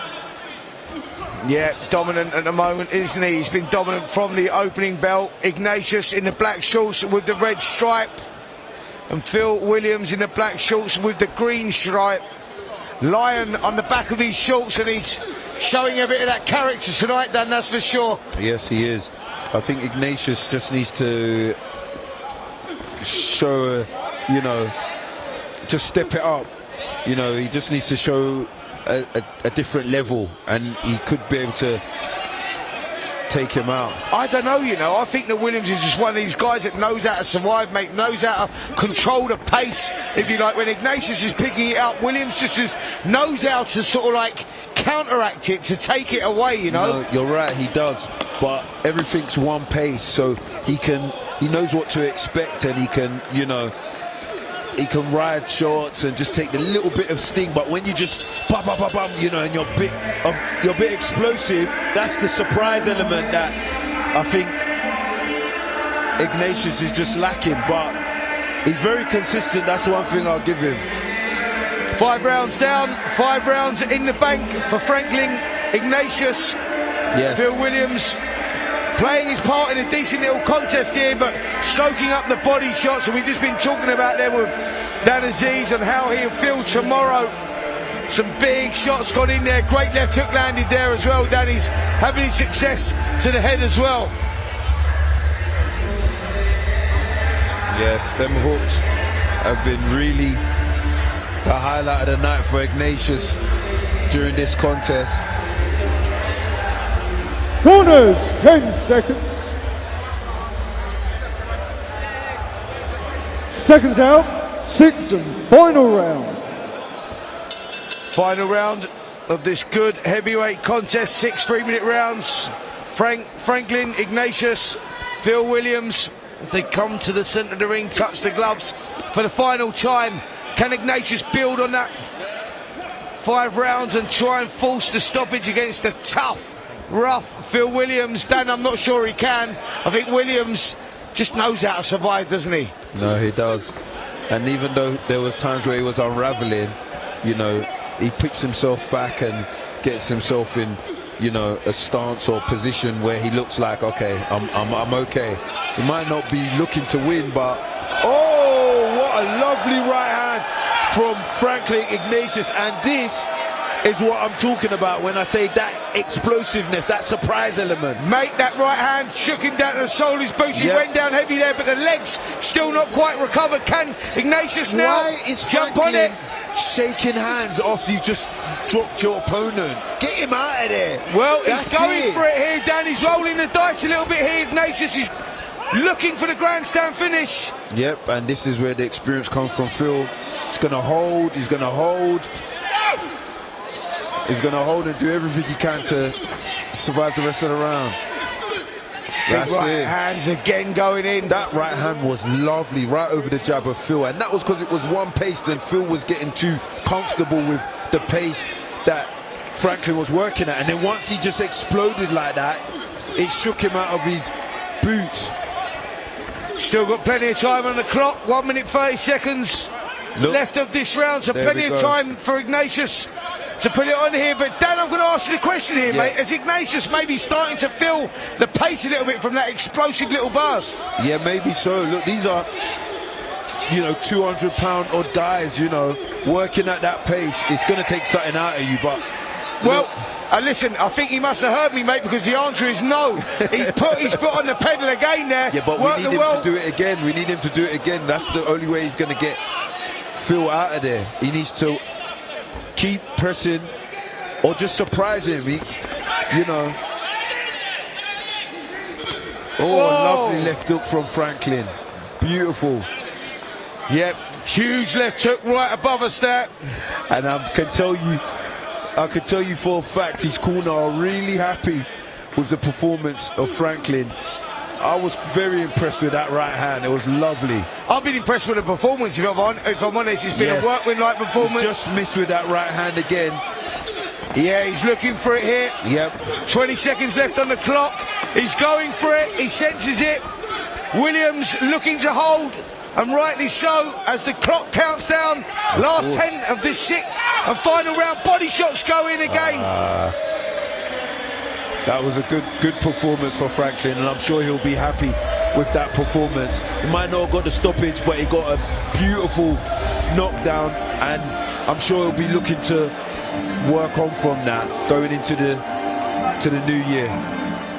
Yeah, great performance there from Ignatius. Let's see if we can take a look at the knockdown.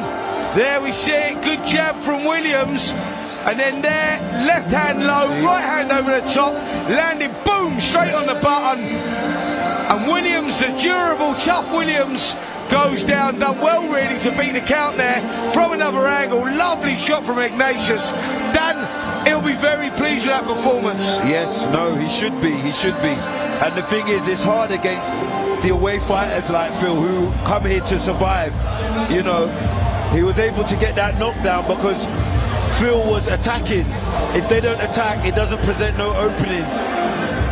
But Phil done very well to survive and come away with a points defeat, and Franklin done well to get a good knockdown. Ladies and gentlemen, after 6 rounds of boxing, we go to the referee scorecard. Referee Sean McAvoy scores the bout 60-53. And your winner, Franklin Ignatius. Well, back on a winning run now. Franklin Ignatius makes it 7 victories. That 1 defeat last time out against Jamie TKB. And a good performance there. And a great performance from Phil Williams as well. As always, gives it his all. The real backbone of British boxing, people like that. Always turn up and put up a great performance. But very pleased with Ignatius and the way that he performed there. Very good. And I think that Franklin Ignatius is now joined up with Melissa Z, and we're going to hear from him right now. Over to you, Melissa. Franklin Ignatius, your 9th professional outing. How are you feeling after that performance? I feel like I have to thank TKB for forcing me to step my game up. I understand what this pro boxing is about now. Do you know what I mean? I'm going forward in my next fight. Everyone's going to see. You know what I mean? So I hate losing, but I have to thank TKB for making me understand what this game's about. Let's go. Obviously, coming off of that loss to Jamie TKV, as you said, it's built on your motivation. I think we saw that in there against Phil Williams. He's a really hearty opponent. You got him on the canvas in that last round. It felt like you could smell blood. You were stepping forward. Were you hoping to get that finish? Yeah, 100%. You know, credit to Phil. He's a tough guy. Every shot I hit him with, I could see him hurting, but he stuck in there. You know, so credit to him, and he was a good competitor. You know, with Phil's experience, what was the game plan going into that fight, and what were your corner and your coaches telling you? Listen, it's simple. The reason I was able to go back and fight so quickly was because I had a great team. So it had nothing to do with them. My loss was on me. You know, they were telling me what to do every step in camp, and I was overthinking things and not sticking to what I know I can do. So, like I said, my last fight woke me up to do what I need to do. They didn't have to change anything. I simply did what I needed to do. You finished 2024 on a big win. What are you hoping to do in 2025? Listen, 2025 is when I announce myself on a big stage. Every fight, the mentality you saw in there today is what's going to be coming every single fight. I've learnt my lesson from my last one, and I don't look to repeat my mistakes again. Well, listen, congratulations, big win, and obviously great comeback after that loss. We look forward to seeing you back in action in 2025. Thank you. See you soon, guys. Everyone tune in. It'll be a lot of fun.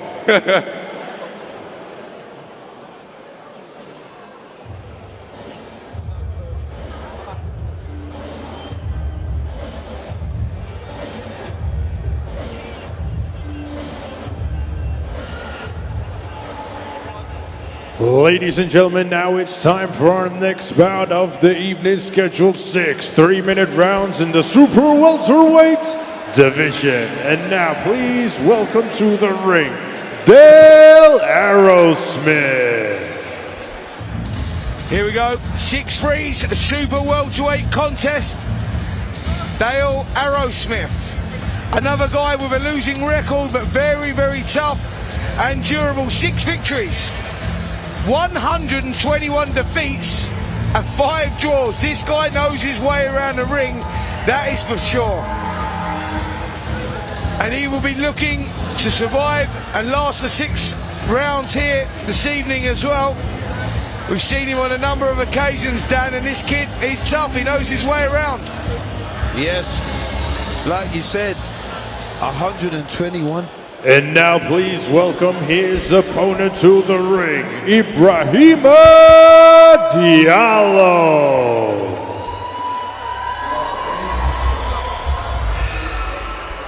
Ibrahima Diallo, 10-0, 2 KOs. He's looking to make it 11 this evening against a tough Dale Arrowsmith. But Diallo is a good prospect. How can he just drop on the way in? Jesus, what a way to make an entrance. Did you not see that? Did he just fall over? That's the second person I've seen do that, you know. Yeah, that was, we saw the ring card girl, she dropped. Ladies and gentlemen, this bout scheduled for 6 3-minute rounds in the Super Welterweight division. This bout is brought to you by Mark Nielsen of Nielsen Boxing in association with TM14 Promotions and Fight Academy. This bout is sanctioned by the British Boxing Board of Control. Your area representative, Dan Frost, and your timekeeper at the bell, Nick White, and your third man in charge of the action in the ring, referee Sean McAvoy. And now, ladies and gentlemen, introducing to you first, fighting out of the red corner, he's wearing the black and silver, his official weight of 153.3 pounds. He is a veteran of 132 fights, hailing from Hyde, Lancashire, England, United Kingdom. Introducing Dale Arrowsmith. And his opponent across the ring, fighting out of the blue corner. He's wearing the black and red. His official weight of 159 pounds, bang on. He is currently undefeated with 12 fights, 2 draws, 10 wins, and one of those wins coming by way of knockout. Hailing from Miami, Florida, USA, introducing Ibrahima Diallo. Okay, lads, 6-round contest. Keep it clean at all times, keep yourself protected at all times. Touch gloves. Here we go. Here we go, referee giving his final instructions. 6 3-minute rounds in the super welterweight division. The undefeated Ibrahima Diallo versus Daryl Arrowsmith.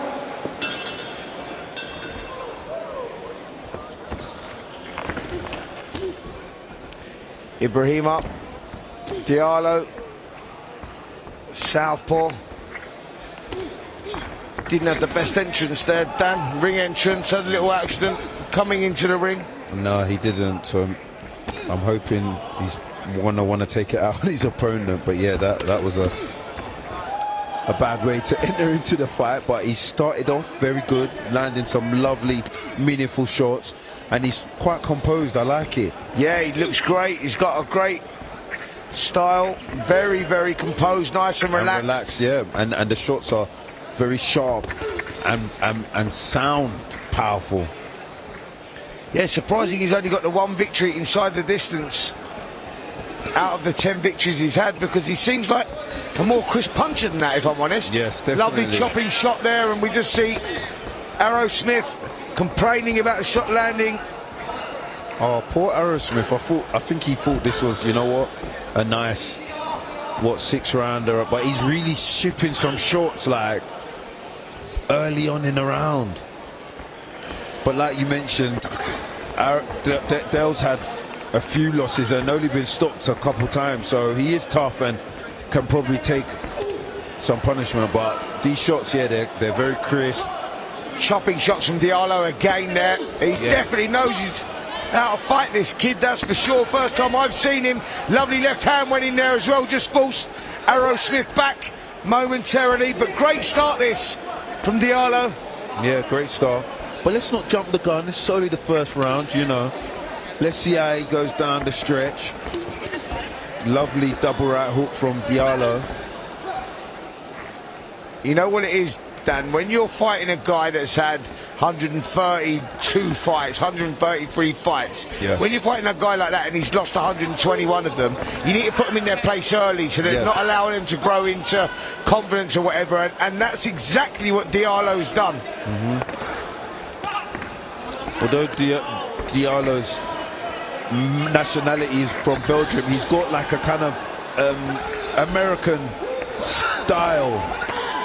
Yeah, he has, and he brought a good crowd with him, by the way, as well. I heard there's about 100 plus come over from Belgium to see him. Yeah, he's from Belgium, but I think he trains out in Miami, and I can see that kind of American-like style from him. Body shots again there, crunching in around the back of the elbow, and Arrowsmith just acknowledging that. The body shots are going in here though, and the reason you can tell that, Dan, is when a fighter starts bending over, bending forward, you know that he's feeling the effects of those body shots. Great start there from Ibrahima. And if you saw the way Dale walked back to the corner, I don't know what's happened to him. He's in trouble here, but mate. he looks like something's up, like something's hurting. I don't know what it is, maybe it's his wrist or his arm, or I don't know, but he went back to the corner and he weren't too happy. No, and you can see him wincing, and you know, it might be an early night for Diallo. Yeah, he's in big trouble here. He's in a lot of discomfort. His pride might keep him in there, but he's feeling it. Look, and as we speak, it's been waved off.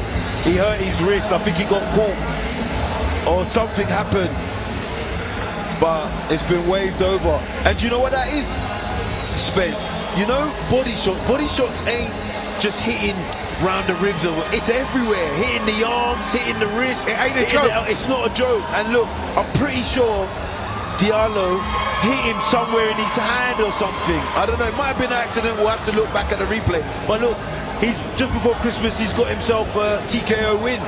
Mate, I'm not sure he hit his hand. If I'm totally honest, yes, he was throwing spiteful shots in there, out the southpaw stance. I know those chopping hooks, they took an effect. You could see Arrowsmith starting to complain early, and then the body shots were ripping in. And I mentioned about him bending forward. He was feeling the pace of that. Let's take a little look and see if we can pick up where the accident happened, if it happened. It may have been here. There we see the shots.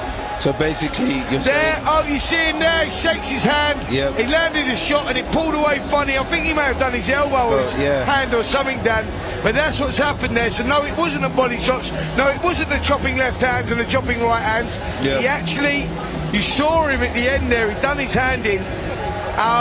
That's a very unfortunate way and an unfortunate end for Arrowsmith, who those sort of guys need to fight week in, week out. Luckily for him, it's Christmas, so he gets that little break, but very, very unfortunate there. Definitely, and he's a weight fighter. Sometimes it's not worth it. You know, if they take a minor injury, they might as well just sit it out, let it heal and come back again. But listen. Ladies and gentlemen, after one completed round, referee Sean McAvoy accepts the retirement of the red corner, as the red corner was in no position to continue. Therefore, your winner, Ibrahima Diallo. Good, solid performance from Ibrahima Diallo there, from Belgium, trains out in America, gets the first round victory over the normally durable Dale Arrowsmith. If you've just joined us, do not leave, we still got 3 contests to go. So what does that go down as, Spence? A technical decision, a TKO? TKO, TKO. That'll go down as a TKO. And Diallo's doing some dance moves. You just missed it, Spence. Did you like a bit of that? Was it my sort of moves? Don't you see me move, mate? Yeah, it's your type of moves, to be fair. Really? Yeah, done a bit of a bogle. Oh, and then he fell out the ring again. Jesus. He's struggling to get in and out of the ring. I've seen fighters fall in, but I've never saw them fall out as well. Wow. Well, listen, I think that he's just joined Melissa Z, and we're going to hear what he has to say about that performance and what lies for the future for him. So let's go over to Melissa Z and see what Ibrahima Diallo's got to say. Ibrahima Diallo, your UK debut is now completed. We barely got a sneak peek of what you have to offer. Only 3 minutes in there. How are you feeling? I'm feeling very good. I think today we see that when we came from a long way, you know, because I'm coming from Belgium and Guinea, and now I'm here today. It's like a dream for me, you know. When I was child, I'm dreaming to fight in the UK, in the US, and now I'm here, keeping the work, and I'm very proud. Yeah, you should absolutely be very proud. You know, the UK fans know very little about you. Why do they call you the Diamond? Remember my name. That's the only thing I want to say, you know, because I'm an hard worker, I'm a pretty boy too, and I'm strong. So let's see what happens next, but I think it's gonna be big. Do you know, it's very interesting because Dale Arrowsmith, he's a veteran of the sport. He's very, very experienced. Did you know much about him coming into the fight tonight? Yeah, and we know that's a tough opponent. He had a lot of fight, a lot of experience, but he not always lost before the limit, but today no other way to finish the fight before. You know, you see the first round, I was very strong, control a lot with my team. We work every day, and all I want to say is Alhamdulillah, because everything is coming from God. So thanks to the UKFN, thanks to my people who came from a long way, and I'm proud. I want to make a shout out for my uncle. He can't come because a lot of problem, but shout out to Moussa Diallo in Belgium. We're together. Ibrahima, this was your 13th professional fight. You've had the early part of your career abroad. What do you think is the main difference between fighting there and fighting here in the UK? I think it's the exposition, you know. In Belgium, I'm like, not a lot of people sees me, and I'm here to show the world who I am. And like Muhammad Ali said, I'm going to show you how great I am. You brought a lot of fans with you across from Belgium. How much does it mean to you that they came all this way to support you? It means that that it's my family, you know. It's my people from long time. I don't have a lot of friends. I made a lot of sacrifice. I trained in Spain with my coach Karl for 2 years. So I'm far away from my people, but they are here from my first fight. You know, I lost my five amateur fight. First amateur fight I lost, and now I'm here. It's like crazy, you know.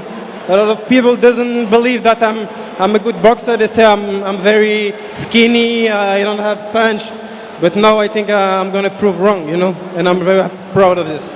Do you have a message for your fans, the people that support you, the people that invest their time, their money to further your career? I just want to say thank you, and it's just the beginning, you know. We're gonna show Diallo legacy. Diallo legacy. Remember my name, Ibrahima Bea Junior Diallo. Remember that. Ibrahima, before I let you go, one final question from me. 2024, we've ended it on a big high. Your UK debut completed. You stopped him after the first round. What is 2025 going to see? 2025 going to be a big intercontinental or international title for the big four, like WBC, IBF. I don't know how we say it in English, but that's it. I think in 2K25 we're going to have a big fight, and I'm going to prove who I am to the world again. Well, listen, congratulations. The UK welcomes you, and we look forward to seeing you back here. Thanks, and I hope I will be back very soon. And I wanna say something to all the promoters, all the big promoter. Keep my name in your head. I'm coming for all of us. Congratulations. Ladies and gentlemen, the action will continue very shortly.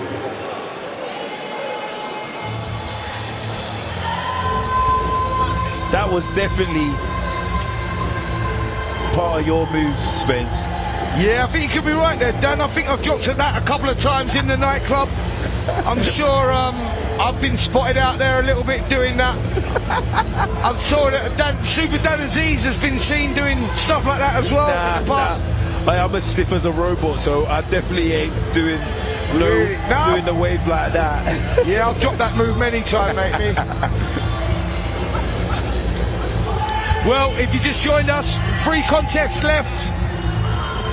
Next up, we got Doru Mogos versus Edgars. Sniedze. Looking forward to that one. And then we get into the penultimate contest.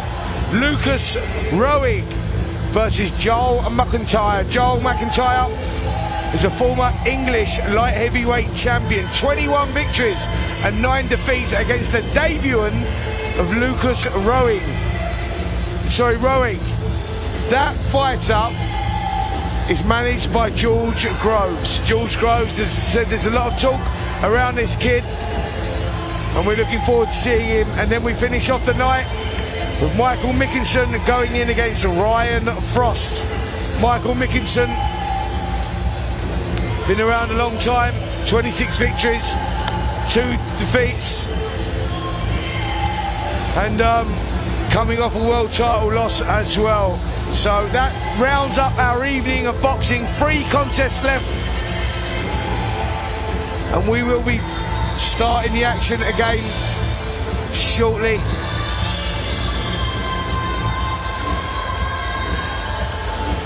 So we'll be taking just a very short break right now. 3 contests remaining this evening, and we will be kicking that action off in the next 6 or 7 minutes or so. So stay with us, guys. 3 decent contests left, and I'll be speaking to you very, very shortly.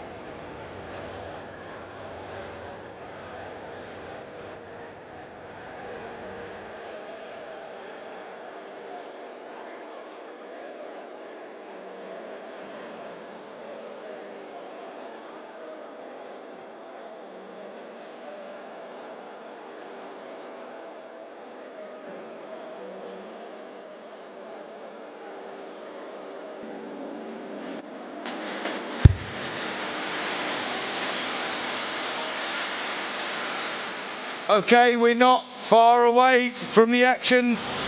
Resuming here this evening. What a great night we've had. If you just joined us, 3 fights to go on the Christmas Chaos show. Dan Aziz is in the commentary position next to me. Dan, we've had a great night so far. Yes, if you've just joined us, shame on you, because there's been some really good fights, man. I've had was it Grasso versus Irving? I've had that as my fight of the night so far. I just saw Irving, you know, gave him a good congrats, you know, and he was pleased with his performance. You know, even though he got a draw, he was happy. Said he's going home, he's going to enjoy some lovely turkey, and he's going to come back firing in the new year. So that was nice to see. And like you said, we're in the second half of the fight night, and we've got Lucas. Yeah, we're looking forward to this one. This is George Groves, Cruiserweight prospect, making his debut here this evening. Lucas Roehrig going in against the experienced Joel McIntyre. Former English champion. Yes, a big ask of a guy making his debut, but Roehrig has apparently been doing very well round the gyms, sparred with people like Shebnon Clark, Ben Whittaker, Jaya Bataya, Chris Billam-Smith, Josh Boatsi. Yep. Has he had a little go with you? Yep, I've sparred him as well. I think I sparred him earlier this year. And like I said, I thought, who's this babyface kid like? What's he going to do? And when I say he got in there, he showed his skill, very technical. He's got bottle, and he's someone I can say I'm expecting big things from him. Brilliant. Well, looking forward to that one. Ladies and gentlemen, now it's time for our next bout of the evening, scheduled for 3-minute rounds in the light heavyweight division. And now please welcome to the ring, Edgars Sniedze. Oh, this is a good friend of mine, an old opponent, Edgars Sniedze. I like him. I fought him when I was on the way up. And you know what? We've stayed in contact ever since. He's got a brother too. They're both tough, durable away fighters. Yeah, comes with 6 victories, 53 defeats, and 1 draw. But as Dan Aziz says, Edgars knows his way around the ring. And now, ladies and gentlemen, please welcome his opponent to the ring, Doru Mogos. Doru Mogos making his debut here tonight against the tough Edgars Sniedze. And this is a big moment, a big night for Mogos. He's brought a good crowd down with him here this evening, and he'll be looking to put in a brilliant performance tonight, making his debut against someone that Dan Aziz knows very well in Edgars Sniedze.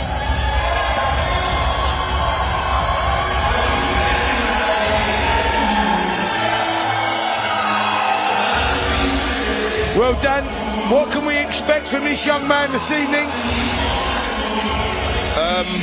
I'll be honest, I haven't seen Doru fight. He boxed as a cruiser, as an amateur. So I think he's gonna box as a light heavy, as a pro. He's good mates with a fellow stablemate of mine down at the Peacocks, Dorian, who are they're Ladies Russian, and gentlemen, so this bout scheduled I'm for 4 good 3-minute rounds in the light heavyweight division. This bout is brought to you by Mark Nielsen of Nielsen Boxing in association with TM14 Promotions and Fight Academy. This bout is sanctioned by the British Boxing Board of Control. Your area representative, Dan Frost, and your timekeeper at the bell, Nick White, and your third man in the ring in charge of the action, A-star referee, Lee Every. And now, ladies and gentlemen, introducing to you first, fighting out of the red corner. He's wearing the black trunks. His official weight of 185.8 pounds. He is a veteran of 60 fights. Hailing from Riga, Latvia, introducing Edgars Sniedze. And his opponent across the ring, fighting out of the blue corner. He's wearing the white trunks. His official weight of 181.8 pounds. And tonight, he is making his professional debut. Hailing from Hoddesdon, Hertfordshire, England, United Kingdom. Introducing Doru Mogos.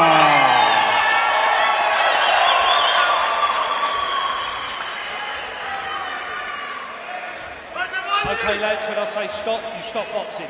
When I say break, take a step back. Keep your hands up, protect yourself. As the referee gives his final instructions, this is a light heavyweight contest over 4 3-minute rounds. Doru Mogos against Edgars Sniedze. Seconds out. Sniedze in the black shorts, And Mogos in the white. Dan Aziz, you know Sniedze well. You boxed him many years ago. Yes. He knows his way around the ring, this kid. Yes, he's only got 6 victories out of his 60 contests, but he knows his way around the ring. And if you look, I think he's 6 victories. I think they've all been stoppages. I think they were all KOs. They're all KOs. Heads just clashed together there. And So we saw Mogos just tapping away his head there. I didn't know if he thought it was a little cut or something there. It was a bad clash of heads, Dan. They've got to be careful of that. Yes, for sure. I think Doru just needs to settle down a bit, you know. It's his debut, and this is what I'm talking about, you know, when you're making your debut, sometimes you can be a bit jittery and, you know, the occasion can get to you. So I just think he needs to settle down and work his way into the fight. Because Edgar, he's experienced, he's boxed a lot of fighters, and he's the one that is, you know, he's had 6 victories and however many losses, but all them victories, they've come by stoppage or knockout. So you do not want to be the one that loses to him, because it's probably going to be by a KO. You have to be switched on with him. I tell you what, their heads just keep banging together here in this opening round. Both guys, Sniedze just leading off to the body there, slamming the shot in, but Mogos is trying to push forward, trying to create an opening here in this opening round, but Sniedze knows his way around the ring, that's for sure. Yes, he does. Doru's found, he's got a few people down here. Sneedze's found that left hook a few times, so, and round the side as well. Yeah, lovely little shot round the side there from Sniedze. Just placed that one well, didn't he, Mogos? Mogos is complaining again about the heads coming together there. Edgar's the type that when you're fighting him, you really need to put him under manners and let him know, oi, look, I'm here and I'm in charge. Otherwise, he will grow in confidence, he'll get comfortable, and he will start throwing shots.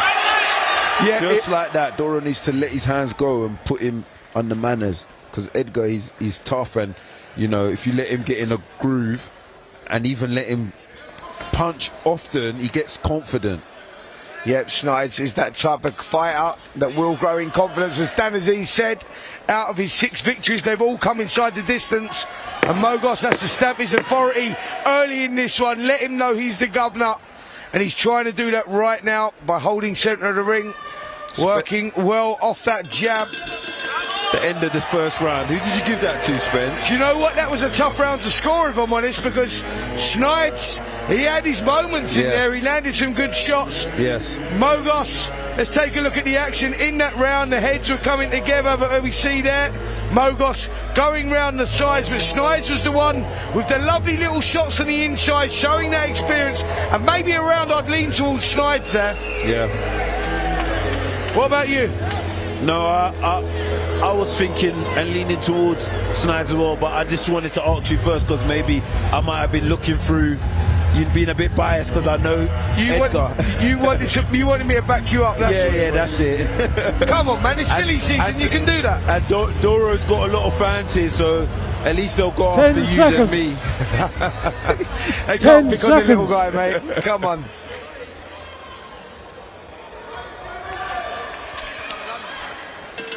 Well, interesting fight, this one. No one really stamped their authority in that opening round. Subjective scoring. Did you go for Mogos or did you go for Sniedze? We went for Sniedze. Just thought that he had the cleaner, more effective work in that opening round. But let's see. Now, Mogos has got that first round, that debut, out of the way. And Dan, that can always be won with a lot of pressure and over-trying. And maybe he was guilty of that. Yes. Like I said, he was very jittery in the first round, but it's expected. It's his first fight. He's got people, quite a lot of people here. And look, so far in this round, Edgar's landing his shots and he's getting out of the way. Yeah, as you said, you know, with someone like Edgar Sniedze, you don't want to let him get into a rhythm. You don't want to let him grow in confidence, because the journeymen do that. Yes. They're looking to pick up that rare victory. And how nice would that be before Christmas? Do you know what I'm saying? I kind of think because Sniedze has seen me commentating, he's gonna put even more of an effort. So I don't know if I'm a blessing or curse for Doru being here. Do you think he wants the rematch? I love Edgar. He's such a cool and nice human being. I tell you what, he's boxing well here. He's getting off first with the shots, and that's probably doing enough to win these rounds as he loops the right hand and just goes a little long there. But yeah, he's getting success here. And Mogos needs to start doing something a little more effective, because maybe he's letting these rounds slip away from him. And when it's a 4-round fight, Dan, you haven't got a chance to let a round slip, especially 2 rounds, because you're in trouble. Yep, and for Edgar, he's done a few 6-rounders, 8-rounders, so a 4-round to him. It's quite easy pickings for him, to be honest. That was better from Mogos there. Got success with that right hand. He needs to build on that now, because Sniedze again with the right hand, it just seems the dominant force in there at the moment. And Edgar's throwing first. He's sitting. Look, he's not waiting for him. He's landed. He's throwing first, and that's one thing that Doru's. That's the bad thing that's happening in this fight. He needs to dictate and throw first.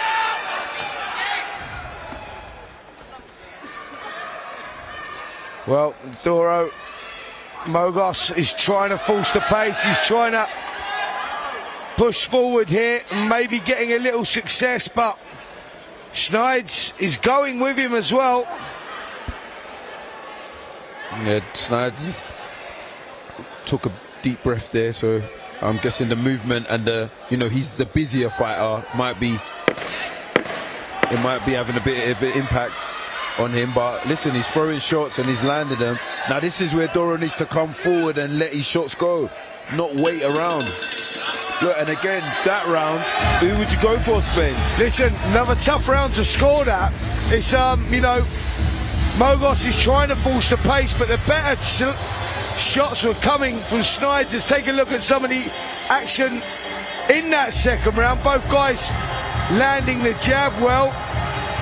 Mogos trying to push forward. There you go, the right hand round the side, complaining about the heads going in together again. But yeah, another very difficult round to score. Maybe 1 round apiece here with 2 rounds to go. This could be a 2-round fight, Dan. Yes, maybe.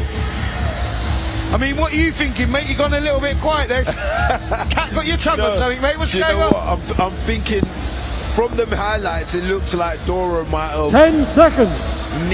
Nicked it or done the better work, but again, I don't know. Seconds Maybe out. I'm being biased, Round but I think 3. Edgar just nicked that round again. So in my eyes, it's 2-0 to Edgar, I'll be honest. Well, there you go. Dan Aziz has Edgar. Sniedze 2 rounds up. I've got it 1 round apiece. Doru, Mongo. But I think if Doru piles on the pressure, I think Edgar could fall apart a bit. Just let his hands go. Well, it's a tough fight to score this one. A close fight as we get into the 3rd of 4. Doru, Mongos in the white shorts. Edgar, Sniedze in the black shorts. Anything all to play for here? Yes. Although I have Edgar up in the lead, Doru's very positive, and I like how he's coming forward and working. But one thing, he's moaning too much about the heads. That's the referee's job. Mogos, complaining. He's complaining too much about the head. Forget about it. Just leave it to the ref and work. Edgar just landed a lovely left hook to the body again. But you know what? Mogos is having his first professional fight here, and Dan, going from amateur to pros, mate, when them heads are banging together, you never experienced anything like that before. Yes. When I had my first pro fight, I thought, wow, what am I in here? Yes. This is nuts, man. The heads are banging together, and it's a different sport, a rough sport, like I said earlier on, and I think Mogos is experiencing that in there right now. Yes. Maybe something that he's never experienced before. Yes, no, for sure.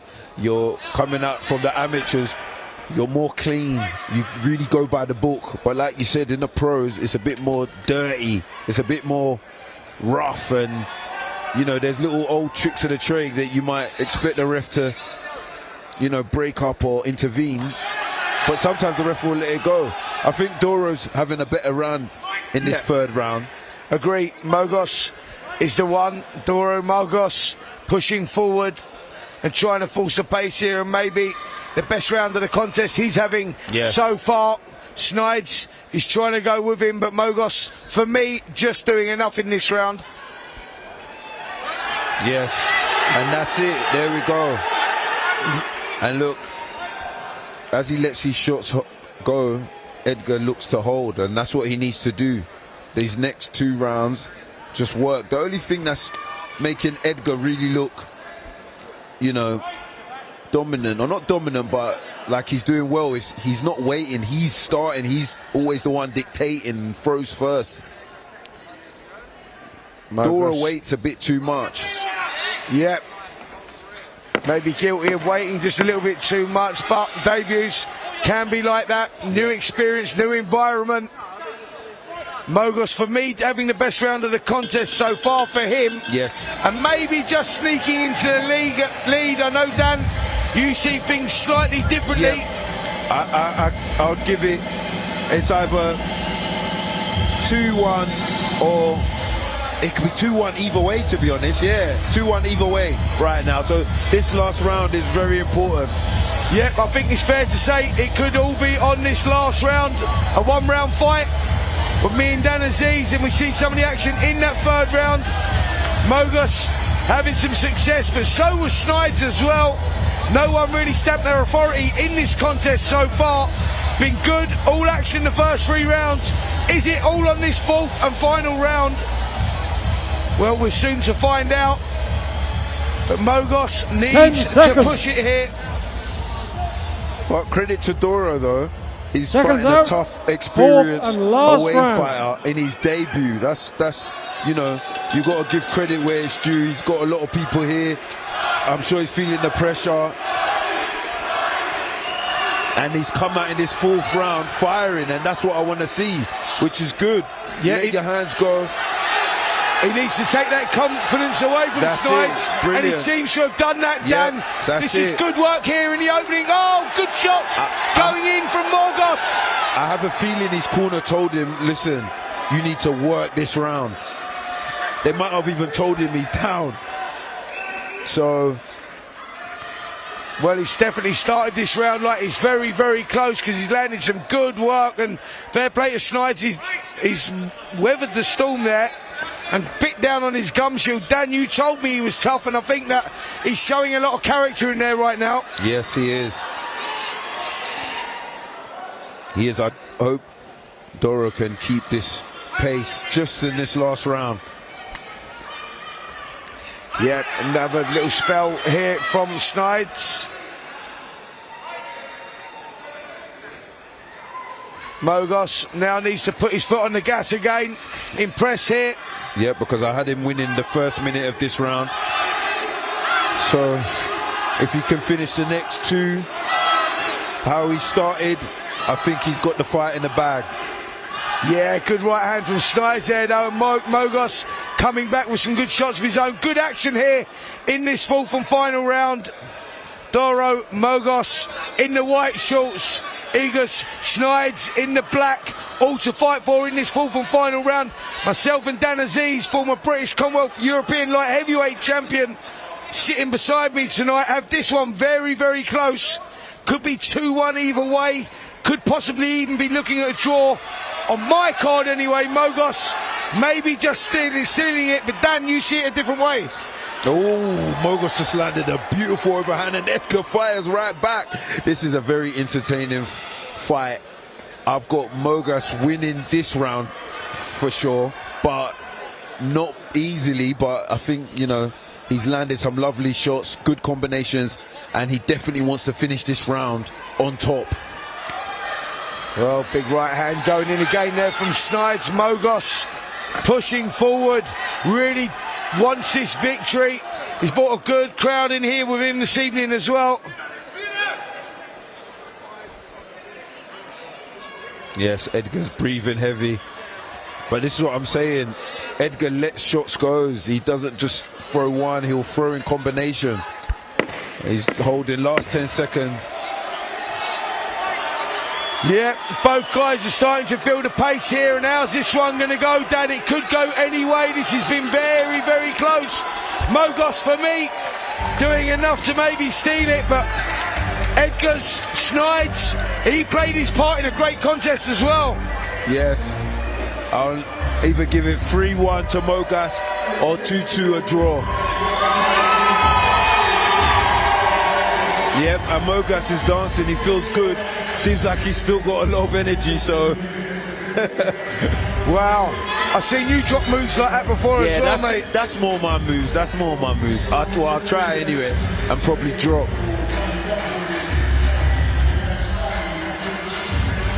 Well, this one, we'll see some of the action in that fourth and final round. This one, on my scorecard anyway, is razor tight. Doru, Mogos, for me, has done enough.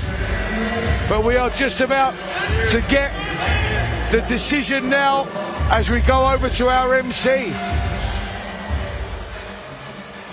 Ladies and gentlemen, after 4 rounds of boxing, we go to the referee scorecard. Putting up his fist, so he feels confident. Scores the bout 39-37, and your winner, Doru Mogos. Yep, as I thought, Doru Mogos gets the victory. Tough debut that. Take nothing away from Edgars, Sniedze. He put in a great performance there. He come to win tonight, come to steal the victory. But Mogos does the celebratory dance at the end there, and what a performance. What a great little contest there, Dan. Yeah, no, that was a good contest. I said it, I either had it a draw or 3-1 to Mogos. He finished off very well, you know. He came firing, and throughout the round he kept pushing, and that's what edged him the fight. It was very close, but a good fight nonetheless, and congrats to Mogos. Yeah, brilliant performance that from Mogos. The debut is done, and he has now just joined Melissa Z. Let's see what he's got to say about that. Valentin Mogos, how are you feeling after that performance? I'm okay, thank you very much. Thank you very much for this opportunity to come here in Harrow to fight. It's an amazing show. I want to say first, thank you to my coach.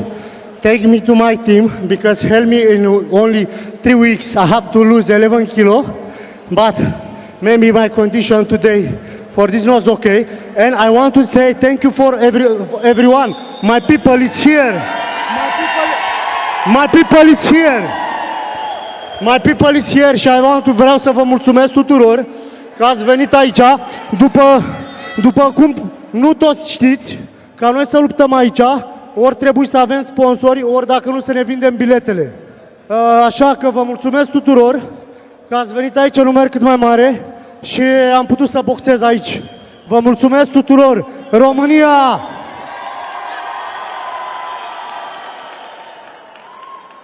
Although we didn't understand, I'm sure they were beautiful words of support for such a big group of people that you've brought with you to tonight's action. What did you make of your opponents? My opponent is strong. It's very strong. But I want to say, I coming from 9-year kickboxing experience, and I have only 2 years and a half boxing, just training. But my opponent was okay. And thank you him for this word tonight. And I want to say, apologize for everyone, because my fitness now is okay. No, I think your fitness was absolutely fine. You definitely demonstrated that in there with a very dominant and front foot forward performance. What can we expect to see from Valentin Mogos in 2025? 2025. My coach is not here, he's disappeared. I say, I have another, this one was my last 4 rounds. I jumped 6. Another 2, 3, 6 rounds, and hopefully, in the summer, I jump for belt. Because my people așteaptă pentru centura mea englezească să o aduc în România. We look forward to seeing you back in action. Congratulations. Thank you very much. Thank you very much for everyone. This show, nice show. Thank you so much. Thank you. I see you soon.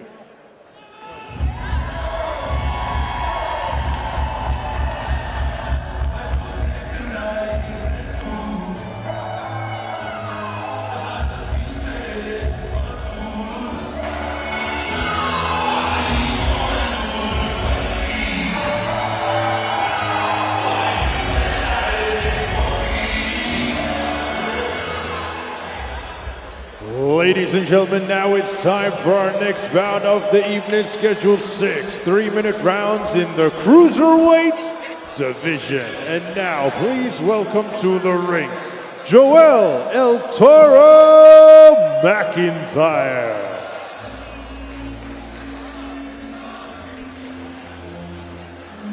Cruiserweight contest over 6 3-minute rounds. Joel McIntyre, been around a long time, 21 victories, 9 defeats, 6 KOs, former English light heavyweight champion, making his way to the ring. Yes, I remember as an amateur watching the likes of him, Hosea Burton, you know, fighting the light heavy division.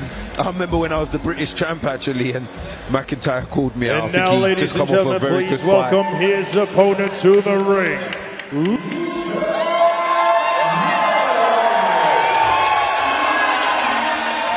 And here he is, making his professional debut here this evening. Lucas Roehrig, managed by George Groves. High talk, high praise from this guy. Been in with a lot of good fighters in the gym, sparring the good fighters. Chevron Clark, Ben Whittaker, Jai Opataya, Chris Billham-Smith, Josh Buatsi, and the guy sitting next to me right now, Dan Aziz, has also sparred this young man. And Dan, I'm hearing a lot of good things from him. Yes, you should do, because his quality, he's got good experience around him, managed by George, you know, and he come out of Dell Youth. Ladies and gentlemen, this bout scheduled for 6 3-minute rounds in the Cruiserweight division. This bout is brought to you by Mark Nilsson of Nilsson Boxing in association with TM14 Promotions and Fight Academy. This bout is sanctioned by the British Boxing Board of Control. Your area representative, Dan Frost, and your timekeeper at the bell, Nick White, and your third man in the ring in charge of the action, referee Sean McAvoy. And now, ladies and gentlemen, introducing to you first, fighting out of the red corner. He's wearing the navy yellow with white trim. His official weight of 202.5 pounds. He has a record of 30 fights, 9 losses, 21 wins, and 6 of those wins come in by way of knockout.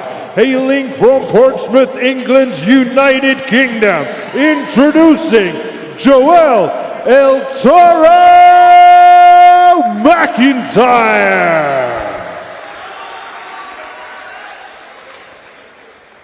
And his opponent across the ring, fighting out of the blue corner.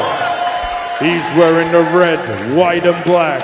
His official weight of 194.5 pounds. And tonight, he is making his professional debut.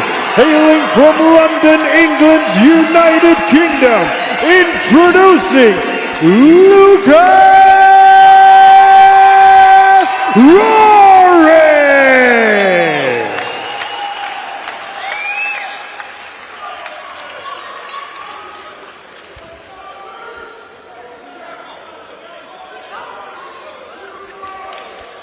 Okay, lads, 6-round contest. Keep it clean all the time, keep yourself protected all the time. Touch gloves, here we go. Good luck, lads. Here we go. 6 3-minute rounds, Cruiserweight contest. Lucas Roehrig making his debut this evening against the experienced Joel McIntyre. Lucas looks in shape. Last time I saw him, he had a little bit of baby fat on him, but he looks in incredible shape, I must say. Well, this is a big moment for this young man. Former GB star, now turned professional. Training managed by George Groves. George has high praise for him, spoke to him yesterday about Roehrig and how good he is, how far he thinks he can go. And he seems to have high hopes for him. Yep, Lucas has come behind a lovely meaningful jab. He's going downstairs, going upstairs. I think he's going to try and loop one over the top. Loop, and he got caught with that right hand. Just as I was saying it, he was tagging him downstairs and then came upstairs and caught Joel with a lovely right hand. Yeah, McIntyre been around a long time, carrying that left hand down by his waist, and he's got to be careful of that because Roehrig really does pack a punch with that right hand. He's been going around the gyms, sparring the best cruiserweights, not just in the country, but in the world, and he's picked up a lot of experience, and that experience is showing here, Dan. Yep. He's working well behind the jab, showing good, maturity, good patience, and just trying to line up that right hand, which looks a dangerous shot. Yes, it does. Them jabs, he's going upstairs, he's going downstairs, he's going to the chest, and those shots there, just despiteful as being hit with a hard jab upstairs. It's lovely to watch. You can hear George Groves in the corner, he's telling him keep touching him up, so he's looking for something upstairs, and he does land upstairs twice with that right hand. Yeah, big shots going in. You can feel that as it's above us. You can feel the power there. Slamming into the body, slamming into the head, and this could be a tough night for Joel McIntyre, who's been around a long time, been in with some great fighters, but he may be in with a future star here, Dan, because what a start from Roehrig. Look, listen, both these fighters are just above us, and I'm wincing as Lucas is landing these right hands over the top on Joel. But big shout out to both of them, man. For Joel to take a prospect with such high hopes, and for Lucas to take a fight against such an experienced fighter. Big body shot went in there as well from Roehrig. He feinted it over the top, whipped it underneath, showing great variety here in the opening round, Roehrig.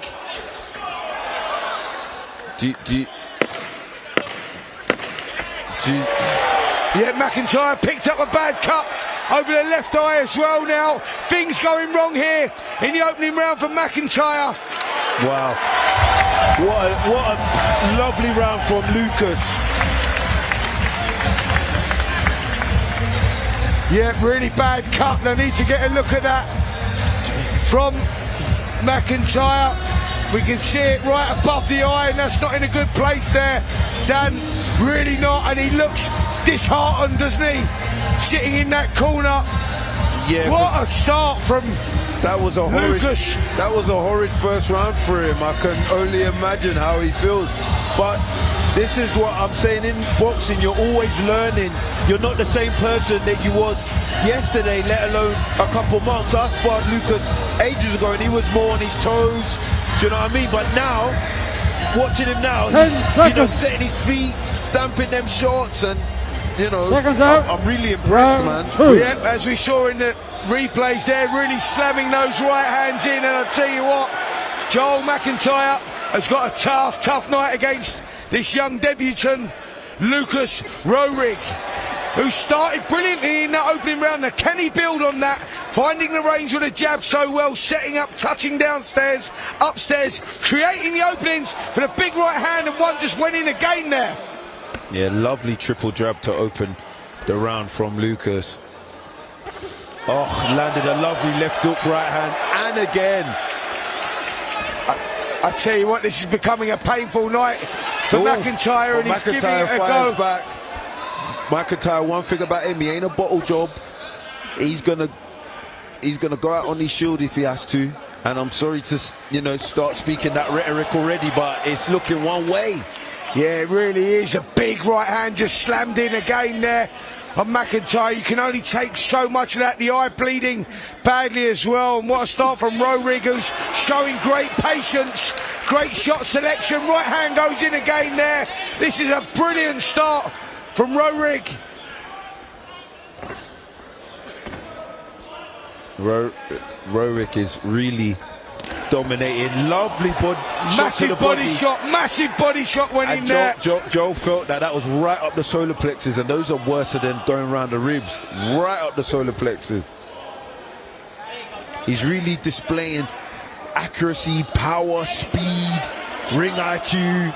He's showing a lot, and we're only in the second round, Spence. I got to tell you, Dan, I thought this was an ambitious gamble, really, from Roehrig and the team, George Groves, to say, listen, McIntyre knows his way around the ring, mate. He's a tough kid, this one. But what a performance so far from Roehrig. All the rumours are certainly true. This kid can really fight and showing great maturity for a young man, landing some big shots. And McIntyre having to bite down on his gum shield here as early as the second round.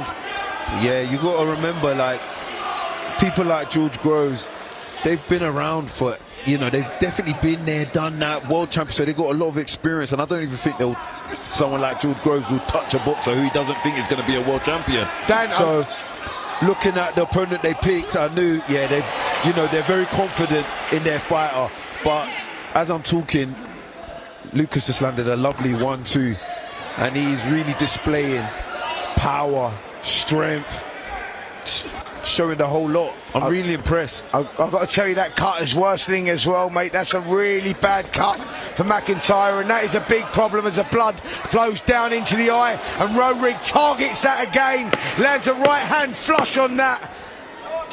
And you got to remember, Joe McIntyre just came off of a one-round KO win in his last fight. So, he's not someone who's just come off a few losses. He had a good win in his last fight. So I'm sure he's came into this fight just as confident as Lucas did. Let's take a look at some of the action in that second round, and that's the story of this contest so far. Roehrig finding the range with a jab and then getting through with those right hands, targeting that eye and landing with frequency on that as well. Brilliant stuff there from Lucas Roehrig, and Joe McIntyre soaking it up, showing us what a tough customer he is, and he's got to, really bite down on his gum shield here, Dan, and show a lot of character, isn't he? Yes, for sure. We're going into the third round. He's got 4 more rounds to go, and he's got a bad cut. He's getting hit to the body. He's getting hit up top. Seconds out. It's really he's up against it, ain't he, Spence? Yeah, he really is. He really is. He seems disheartened in that corner. The first 2 rounds have been an absolute nightmare for McIntyre. Good body shots from Roehrig as well. He's finding the shots. Right hand. And he's mixing it up. He's throwing uppercuts, jabs, combinations. He's doing the whole lot. And again, remember who he's in there with. He's in there with a former English champion who was competing at his best with the likes of Miles Shinkwin, Hosea Burton. This isn't someone that we've just got from Europe. This is an accomplished fighter that he's making his debut against. So I'm not going to lie, mate, I thought it was a very ambitious thing to get McIntyre in, and he's landing on the right hand again. And I'll tell you something, McIntyre is feeling this now as he slumps on the ropes, and I think the fight is getting knocked out of him. The body shots are taking his toll as well. The eye bleeding heavily, and Roehrig maybe moments away from victory here. Yes, he's landing at will. He's picking good shots as well. And what's making it worse for Joel is he's not fighting like a journeyman. He's actually he's getting caught with shots and maybe trying to survive, but he's still attacking, and that's what's leaving him open for the shots that Lucas is throwing. Lovely 1-2, and then a left hook to the body from Lucas. This is a systematic beating that Roehrig is putting on McIntyre at the moment. It's punishing, and the referee has got to be taking a closer look at this, because McIntyre is on the end. A lot of heavy punishment. That eye now bleeding badly, and he's affecting his vision, and that could be a big problem, Dan. And he's not throwing often, like.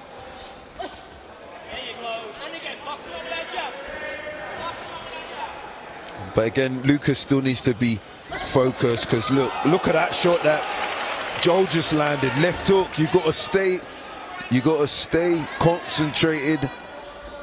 Even though, again, he landed that left hook. Yeah, but the eye bleeding really, really bad now, Dan, and that'll be affecting his vision. That's a big problem as Roehrig slams in another right hand. McIntyre in the corner, and I'm not sure how much fight he's actually left in him now. He's having problems with that eye, I know that. He's dabbing away. He lands a big right hand and he needed it, but Roehrig shakes it off. Body shot goes in. And body shot from Joel. Looked like Lucas felt that. Oh, big right hand again. Hand from Lucas again.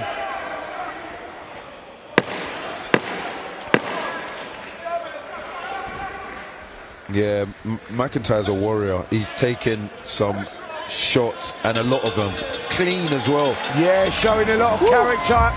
Joel McIntyre, we know he's tough and he's showing it, and he's having to use every bit of that toughness in there right now. Another round in the bank for Lucas Roehrig, and this is how the third round went. Right hands over the top. Let's take a look from another angle. There, McIntyre just misses with a right hand, but the majority of the work was done by Roehrig. It's been stopped, Spence. Yeah, and I'm glad, Dan, in a way, I'm glad that it has been stopped. It was a bad cut. McIntyre was taking some heavy punishment.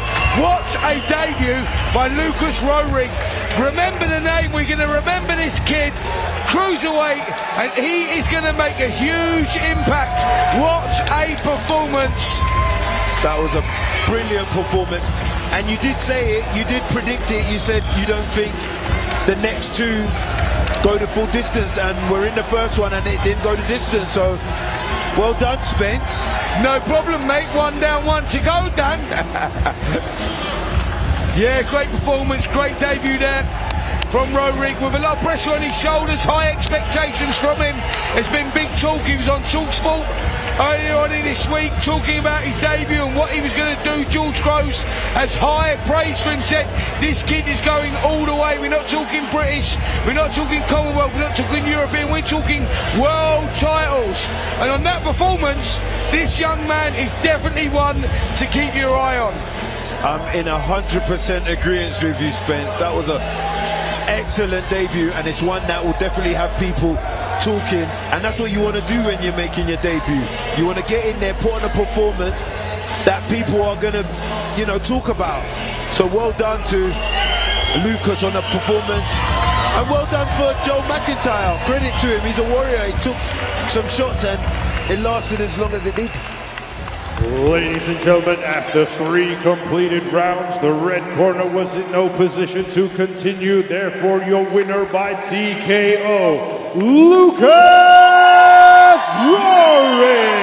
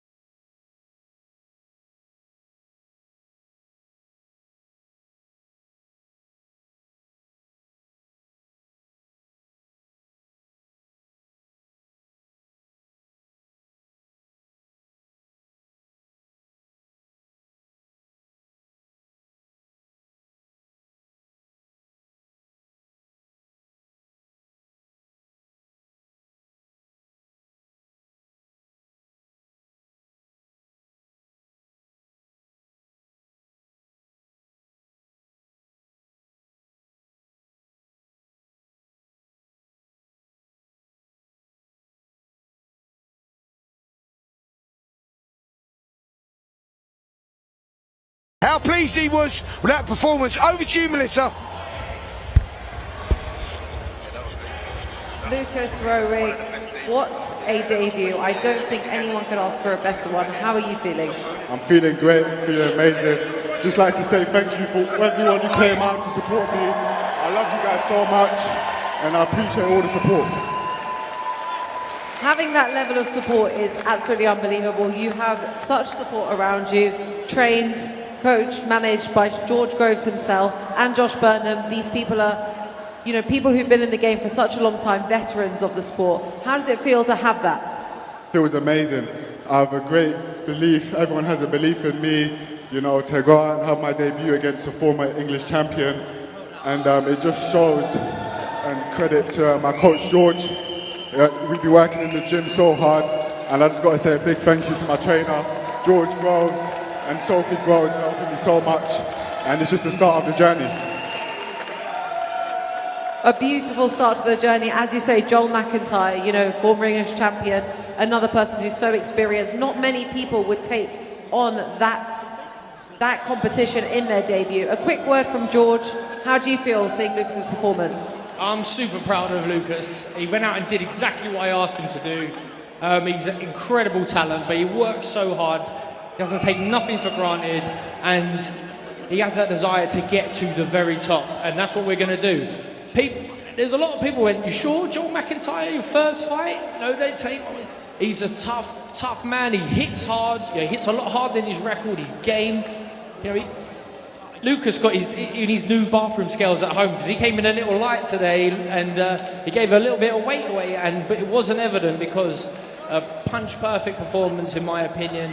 Massive statement made now. There's a lot of good fighters in his division. There's Alois, there's Pat Brown's just turned over, there's Elliot El Massi, he's already beaten him as an amateur. So there's so many exciting fights to come in the very near future. But this man is the main man. Everyone better get behind him, and everyone here is fortunate to say they were at the first step of the journey to the top. I definitely feel very fortunate. That jab just could not miss, and you hit the right hand so well. You're touted as the next big thing. We feel very privileged to have you on the show. A quick word from John Trethery, the promoter. How do you feel having Lucas here tonight? Wow, that's all I can say. I rang up George, I said, right, we got an opponent. Initially he was like, John, I don't want a journeyman, I don't want no easy fight, let's go straight in. We come across Joel McIntyre, I thought, George is going to tell me where to go. I rang him up and he was like, yeah, we'll have the fight. And anybody I know in the sport, George, was like, he must be mad, John, or you've tricked him. Fair play to him, he's clearly in safe hands, he knows what he's doing, because that kind of person to beat on a debut, you wouldn't get people taking fights like that on a Frank Ron already heard show on the first fight. So well done, young. We're proud to have your debut on our show, and I look forward to you being a world champion in the future, hopefully, Lucas. Brilliant, mate. Well done. And we'd very much like to thank all the guys, TM40, Nielsen's Boxing, for having us on, and the support, and helping. I'm the one nervous tonight. This is my first corner. I've only just passed my trainer's course, but Josh Burnham in the corner as well, guided me along. Great to be part of this show. Many more to come. I can't wait. Yeah, absolutely. Huge future ahead of you. A quick word from Dennis Hobson as well. Obviously, Fight Zone, your platform. How does it feel having the likes of Lucas Roehrig here tonight? I think just to reiterate what George and John just said about this kid is a class act. The belief he must have in this kid to put him in with such an experienced kid speaks volumes.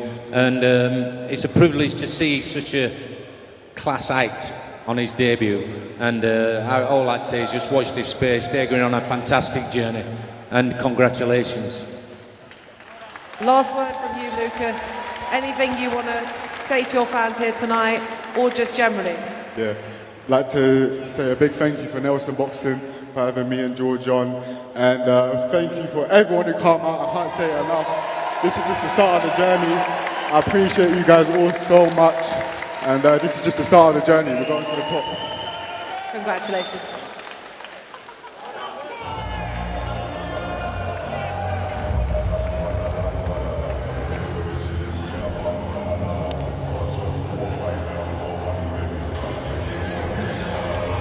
Well, what a great performance. What a great debut there from Lucas Roehrig.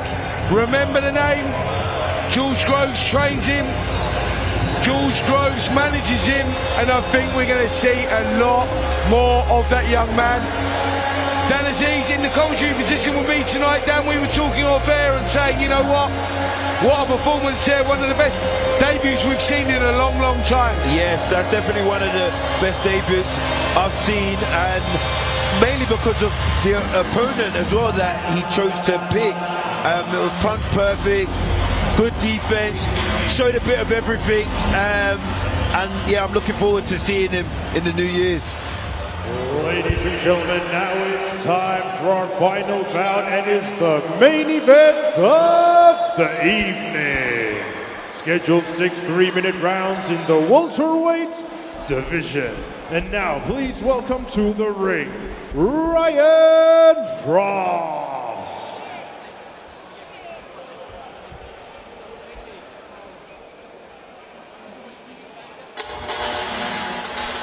Here we go.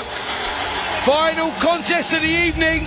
And Spence, it's my guy from Colchester again. Come on, mate. He's got the hat on. He's got the hat on. He's in a Christmas spirit. That's it.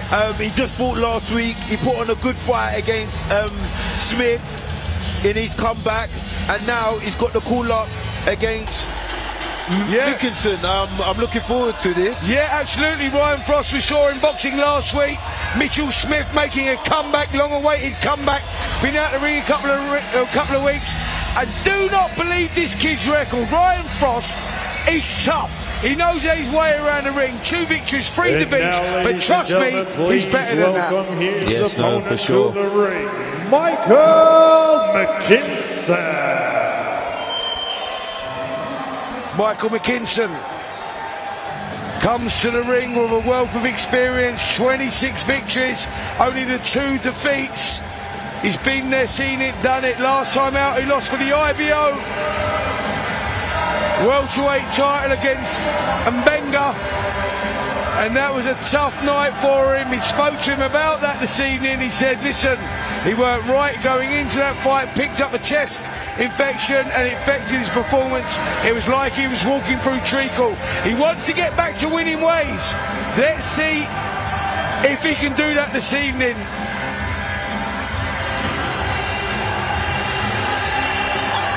Yeah, McKinson's very, very Ladies and gentlemen, this bout scheduled for 6 3-minute rounds in the welterweight division. This bout is brought to you by Mark Nielsen of Nielsen Boxing, in association with TM14 Promotions and Fight Academy. This bout is sanctioned by the British Boxing Board of Control. Your area representative, Dan Frost, and your timekeeper at the bell, Nick White, and your 3rd man in charge of the action in the ring, A-star referee Lee Every. And now, ladies and gentlemen, introducing to you first, fighting out of the red corner. He's wearing the gold trunks. His official weight of 147 pounds bang on. He has a record of 5 fights, 3 losses, and 2 wins. Hailing from Colchester, Essex, England, United Kingdom, introducing Ryan Frost.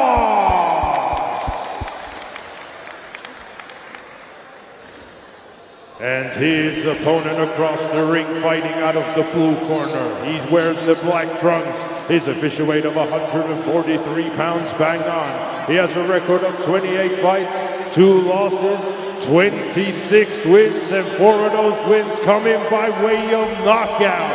Hailing from Portsmouth, England, United Kingdom, introducing Michael McKinson.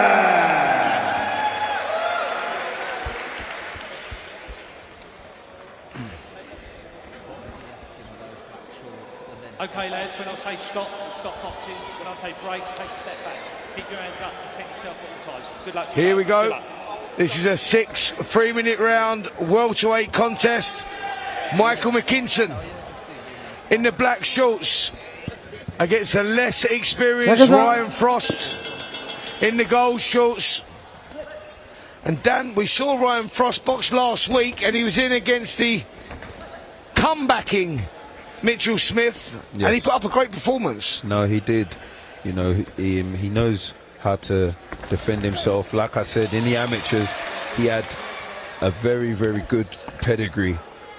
He was the guy around the Eastern Counties area, but you know, tonight he's up against someone who's boxed at world level. You know, McKinson's been in there with them all. He's been in there with the likes of Chris Congo, beat Sam McNair, you know, fought Virgil Ortiz. So this is a different gravy, and really and truly, you're looking for maybe a stoppage from McKinson. But like I said, Frost is tough, and he knows how to look after himself. Yeah, he certainly does. Defensively very good as well. Frost keeps those hands nice and tight, and it's going to be difficult for McKinson to pierce that guard. But he started like he wants to get back onto a winning run. Lost last time out in October against Mbengi for the IBO welterweight title. He wasn't happy with that performance. Illness played a part in that. He went in there not 100%, he says, and you're going to see something better tonight. Back to winning ways, ready to start off 2025. Well, let's see if McKinson can back those words up as he lands a big left hand there. And I tell you what, Frost had to bite down a little bit there. He felt the weight of that one. This is good stuff here in the opening round here from McKinson. Yes, very positive from McKinson, and he's landing some lovely shots, and he just landed a body shot that I think took the breath out of Frost. I tell you what, he's going to struggle here, Frost. Dan, I'm going to be honest, mate. I think this is about levels, and Frost, yeah, no, he's a decent little fighter, but he's feeling the weight of those shots. Big left hand gone into the head, body shots as well. Yeah, you ain't got to be honest with me. I'm not the one in there, but you know. I'm always honest with you, Dan. Yeah, Frost, that's it. Frost is coming back because he knows, listen, I can't let this guy just keep throwing shots and landing them, because they're very accurate and they're strong. They're big punches that McKinson's landing. I tell you what, he just landed a big jab as well, you know, and Frost felt the weight of that, mate. I'm telling you, this is a punishing first round here for Frost, and we sort of expected that, didn't we?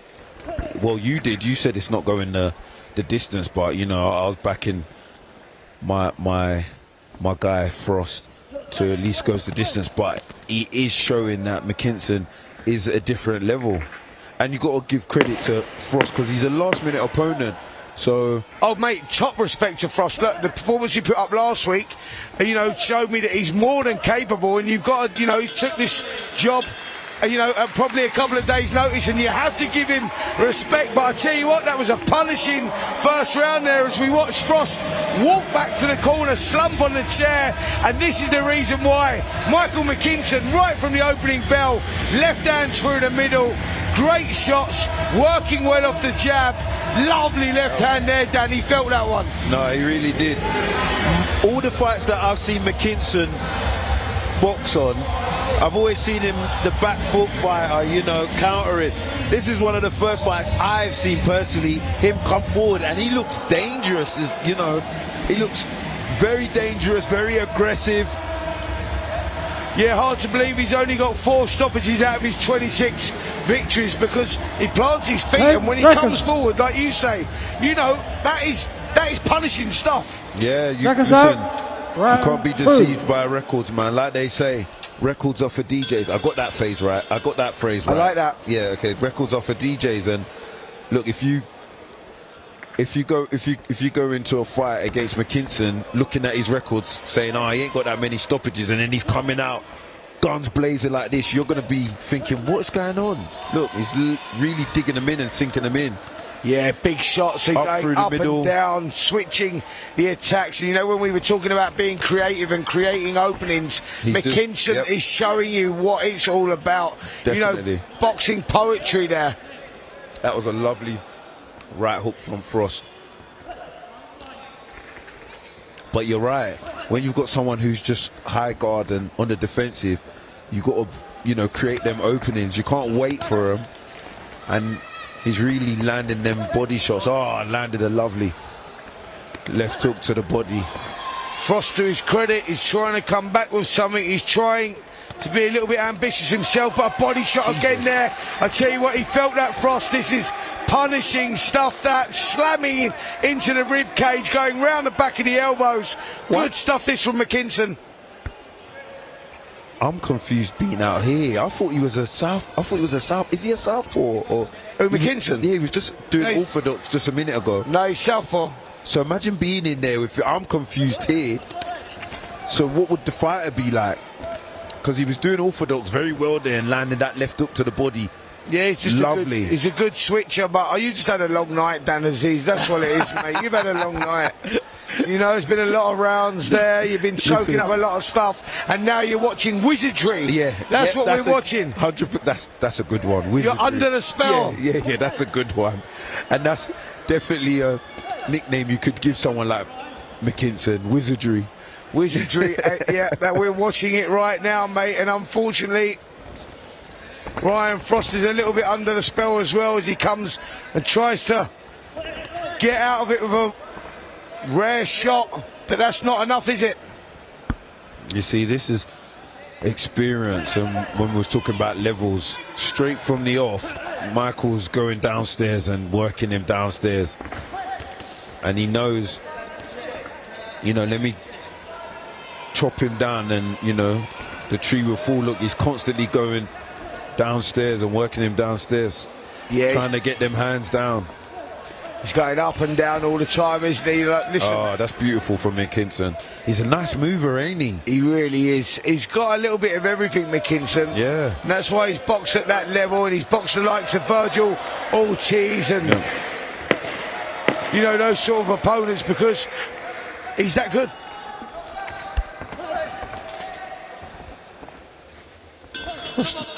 Frost has landed a few shots, but still nothing to phase Michael for sure.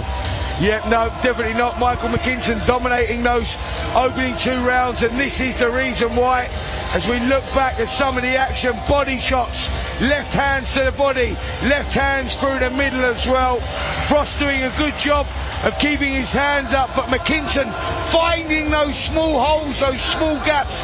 That's a sign of a class act there. No, definitely slipping on the outside and coming back with a shot on the inside to the body. He's boxing very well.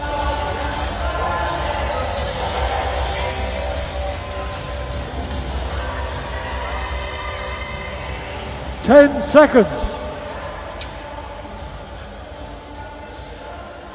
Seconds out. Round 3. Here we go.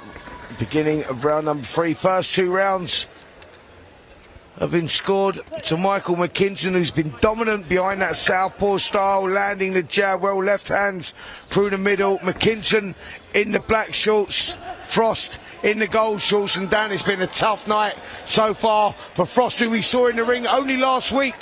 Yes, but considering the class that they're both in, Frost is doing well to stay in there. I must give it to him for sure. And look, we're seeing the wizardry right there. You like that, don't you? Yes, Frost throws like a 3-shot combination. McKinson slips under all 3 of them. It's lovely. Again there, McKinson just feinting the jab downstairs, trying to whip the uppercut in, just skims the whiskers of Frost. Oh, and again, rolling under about 4 shots there. I love that. Yeah, it's class, isn't it? It really is, and it looks so nice. Oh, massive left hand again there. Frost soaking that up well, hands back high again, but punishing stuff that. I remember last week when we was on the show, Frost just came back with a 3-piece and landed some nice shots there. Yeah, he did, and he needed that, to be fair, and give him a little bit of hope, a glimmer of hope, but that's maybe about it, because sometimes you just throw these kind of shots just to like, get off me, leave me alone. It's like an air of desperation, isn't it? Exactly. Because it's either you do that or you just stay there, be a punching bag. Well, big hook again there. Frost coming back with a couple of his own. But the power shots really coming from McKinson, who's dominated these opening 3 rounds so far. A credit where credit's due. Ryan Frost, who's took this fight at last minute's notice, is soaked up some big punishment. Again, he comes back with a combination, Ryan Frost.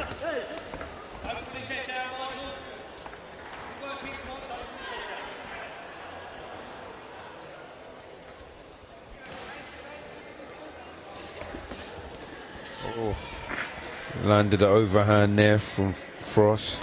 Whoa! Oh, what a counter from Michael.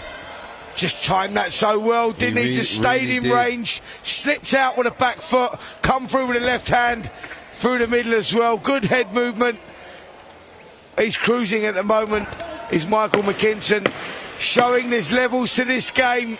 Yeah, he definitely is cruising, but Frost still looks game. He don't look like he's you know, totally out of it and ain't got nothing to offer. Michael's still definitely got to be on his game and continue to be consistent like he has been through the rounds. Mate, I can't take nothing away from Ryan Frost. He is one tough cookie, that is for sure. As we look at Michael McKinson in the corner there, getting his instructions, the corner will be very happy with what he's doing in there right now. Some of the action in that third round. McKinson getting caught with a rare shot there. Yep. A little moment, lapse of concentration maybe. But this is the thing about Ryan, you know, you'll be throwing your shots and land. What a peach of a shot there. But you'll be throwing your shots and you might be, you know, landing at will, but then you lose concentration for 1 second. He'll come back firing and he'll land. Round number 4 of the 6-round welterweight contest. Michael McKinson in the black shorts, Ryan Frost in the gold shorts for us. So far, first 3 rounds to Michael McKinson, who's really been showing levels to this game. Got caught with an overhand there, rushing in, gets back on his jab. This show's been, again, well matched. I have to give a big shout out to Eddie Musket. Oh, was that a left hook or a right hook? He's switching stance all the time. That was actually a right hook that landed there. The wizardry's going again, Dan. Yeah, he's got you under the spell, mate. He landed it and almost spun him round the ring. And Ryan got a bit of frostbite there. Yeah, I like that one. Like that? That was good. That was good, Spence. You're getting better as the night goes.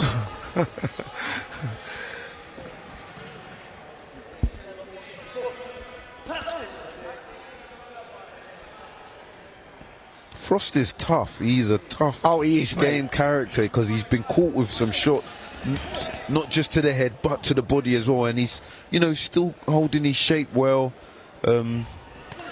That's exactly what he's holding his shape. You picked up on that really well there, Dan. Because, you know, when you're getting dominated like this and people are hitting you at will, you know, you start to, your demeanor even, unravel. Unravel, but he's keeping his stance together, his hands is up, he's been consistent, even though he's getting caught with a lot of shots. Absolutely, McKinson, you know, picking the shots to the body, to the head. You know, it's been punch perfect really for McKinson, but Frost has not lost hope. And he lands a good shot there himself. McKinson quickly spins him back round again. Good work again here.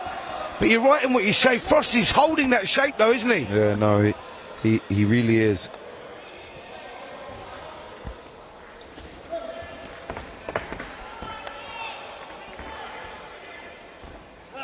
I'm really enjoying some of McKinson's counter work. You know, he's showing some good slips and then backhand dips and then shots to the body, rolling lovely there. Just a little wink at you there, mate. I was saying, didn't he? What's going on there? Stuck his tongue out at me whilst he was rolling a shot. That's what you call wizardry. Yeah, absolutely, mate. A la Pernell Whitaker, that reminded me of. Mate, that's mad. Lovely body shot got in there as well. This is beautiful stuff from No, it really McKinson. is. And I'm enjoying it as well. I really am. At the expense of my mate Ryan Frost, but hey, it's the game, mate. Absolutely, mate. That is exactly it. It's about opportunity, and you've got to try and take that opportunity. And to his credit, Ryan Frost, he's tried to take it. He stepped up with a couple of days' notice, and he's putting up a great performance. He's showing a lot of toughness in there, a lot of character, Dan. No, he really is. Really, really is. You know, it takes two to tango. You got to have a dance partner, a good dance partner to look good and show off your skills, and that's what Ryan Frost has allowed McKinson to do. Yeah, some of the action in that fourth round. Frost having a go, but McKinson making him pay when he's coming in, body shots going in as well. But yeah, credit where credit's due, sorry. Yeah, it's all right, Spence. It's been a long night, don't worry. You don't need to apologise. The old tongue got a little bit tied there, Dan, you know. I've just unknotted it, mate. 10 seconds. Seconds out, round 5.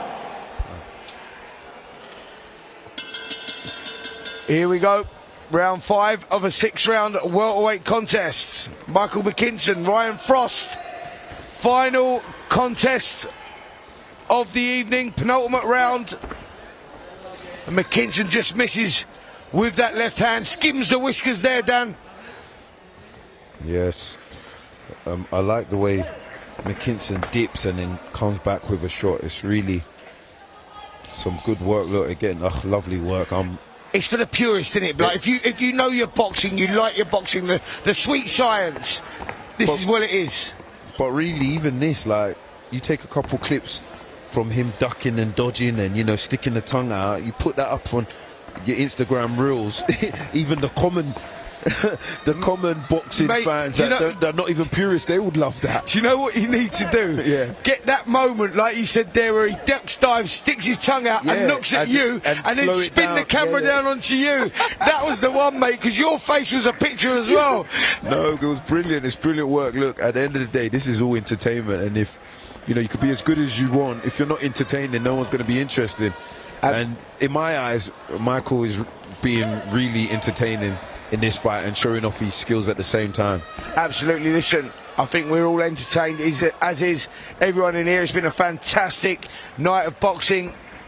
It really has. Just now we saw George Groves' protege make his debut, and what a performance that was from the young Lucas Roehrig, who won the contest, stopping Joel McIntyre inside the distance. McIntyre, a former English light heavyweight champion. So what a performance that was, and what a performance we're seeing here from McKinson. Yes, I like how McKinson, he only just fought in October, was it October or September? And you know, usually you'd lose a fight of that magnitude, it was for an IBO world title, and you maybe just take some time out and wait until next year. But look, he's back in again, whether it's a 6-rounder, he wants to finish the year off with a win, and I respect that and like it. And as I'm speaking, he's really going for it. He's letting the shots go. Beautiful body shot. And it looks like Ryan's feeling it. Yeah, he's really under a lot of pressure here, Ryan, and the referee is starting to take a close look as well.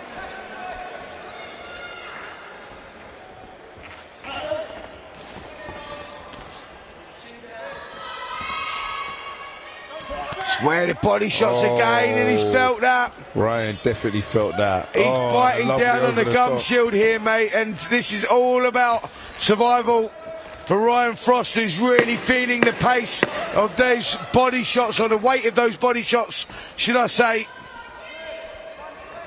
Look at the gap that Ryan's keeping between the both of them. That's, again, even though he's the away fighter, he's still showing experience, you know, in survival. Those last couple of seconds, you know, it looked like he was going to go, but he kept so far away from Michael, he couldn't do anything, and it's earned him a place in the last and final round, and I'm sure he'll be happy to survive the full contest.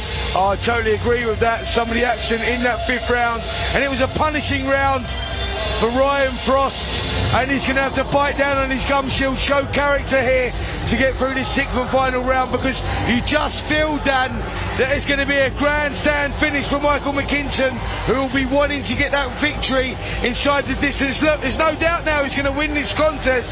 5 rounds gone, 5 rounds in the bag, and this now is all about Frost. Can he make the final bell? Well, we're just about to find out. And last round. Yeah, just an exchange between the two fighters. As we was talking, you know, the last round, you always show that respect that you have for your fighter, because you know listen, we've been training this hard, and if you're still there, you know, listen, you're a real tough guy. McKinson on the front foot again, looking for that finish.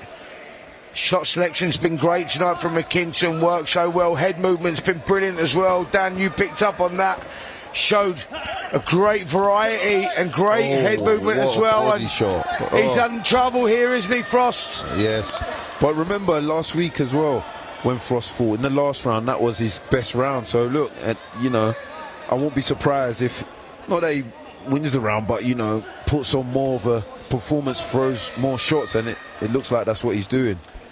He's a big character, mate. He's showing a lot of character in there. He's showing balls, I've got to be honest. He's like showing incredible cojones in there, mate. Because if he wanted to, he could really just run away for the whole round and just, you know, try and survive. But he's moving, he's coming as well, throwing shots. Yeah, solid performance from Ryan Frost, who's coming here last minute, and he's taken some heavy punishment. He's had these little moments as well, but I think that Michael McKinson has showed the class that he is. This game is about levels, and at the moment McKinson is a level above, that is for sure. No, definitely. I don't know about having moments, but McKinson's been in the full driving seat of this fight. But one thing I can say about Frost is he's got balls and he's tough. Your mate is having a little go here, Dan. You said that he was going to do that. The last round, it's like he just wants to show, okay, look, this is what I can do, or, you know, just end it on a positive vibe on his front. But McKinson's throwing some lovely body shots. This show, there's been a few good body shots, like from the fighters. That's another one right up the solar plexus. Yeah, it really is. And now Frost just moving around the perimeter of the ring, just trying to suck up the air, trying to survive this final 30 seconds of which has been a good, entertaining contest. Michael McKinson in the black shorts, Ryan Frost in the gold shorts. It's really been one-way traffic here for McKinson, but Frost has never given up hope. Frost just landed a lovely right overhand. McKinson comes back with some lovely head movement and fires back with some good countering shots. Listen, this was a good fight, you know. It was an enjoyable fight for me. I really did enjoy it. McKinson boxed beautiful and entertaining. Yeah, mate. That was a brilliant fight. Great entertainment. And I've got to tell you, Ryan Frost showed a lot of character. And let's take a look at the highlights of this contest. Listen, McKinson on the front foot straight away, landing good shots early, and you thought he might get the job done, but Dan, Ryan Frost showed character there, man.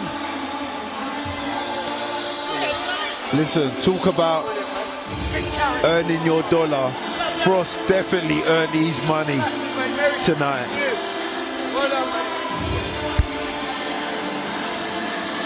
Sorry, mate, just saying a little Merry Christmas there to Ryan Frost. What a performance there, mate. What a performance. What a lovely kid. Just said to me, Merry Christmas. I'm like, wow, mate, it's been 6 hard rounds there.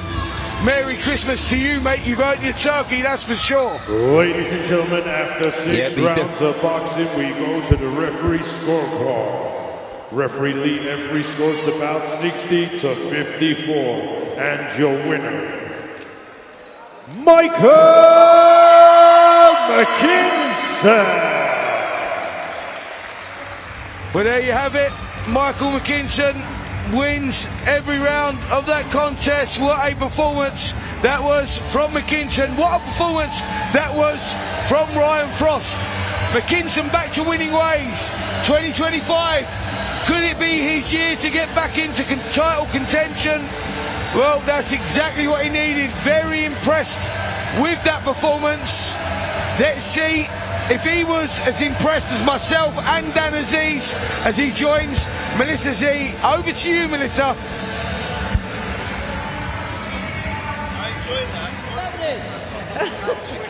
Michael, Mikey, the problem, McKinson, how are you feeling after those 6 rounds? I feel good. I just want to say a big thank you to John from TM14 for having me on the show. It's been a nightmare last couple of weeks with opponents pulling out and things like. There was a time last week I didn't think I was fighting tonight, so big credit to Ryan Frost, who come in at 5 days' notice to fight me, and he wasn't a pushover either. Like, he was throwing back and he was very tough. I think he'll earn good money in professional boxing. That was only his 6th pro fight, so big shout out to him. But no, back on the winning streak. I boxed 7 weeks ago for the IBO world title, and it didn't go my way. There was a few things that went on towards the end of camp, getting illness and things like that, but I didn't want to make any excuses. I just said to my team, get me out as soon as possible. And they did, and back for winning ways just before the Christmas and the New Year. I mean, yeah, you completely took the words out of my mouth. You know, you did come off of that loss for a world title. You've been on those big stages. You've been in those big contention fights for titles. How important was it for you to finish the year on a winning streak? Yeah, my last fight I took quite bad because I knew why I lost, and maybe I shouldn't have got in the ring fight night, so I took it quite bad. But to get back to winning ways, you know, like, it's quite difficult to fight at a lot lower level. Sometimes I got a bit comfortable and knew kind of I was in charge, and sometimes I like a bit more of a threat, and you know, but I'm happy to get back to winning ways, and hopefully in 2025 we get them big opportunities again, more title fights, more the big fights, because I am Britain's best welterweight, and I'll show that next year. You know, you've been dubbed as a stylistic nightmare for the fact that you're so defensively sound, but you also have a really good offensive style also. The fact that you obviously were in a fight of that magnitude and then decided not to take a break and actually just get straight back into it, what's the mentality behind that? I feel like there's a bit of a question mark on my head after that last performance 7 weeks ago, so I just want to keep busy. I've been a professional for 10 years, and these are the important years that I don't want to slip away, so activity is important. You know, so I'm very grateful to be here, very grateful to John and TM14 for allowing me on this card. So yeah, 2025, expect big fights again. You've dubbed it comeback season, and we're so looking forward to seeing you back in action in 2025 with more wins under your belt. Congratulations. Brilliant, thank you very much. Thanks.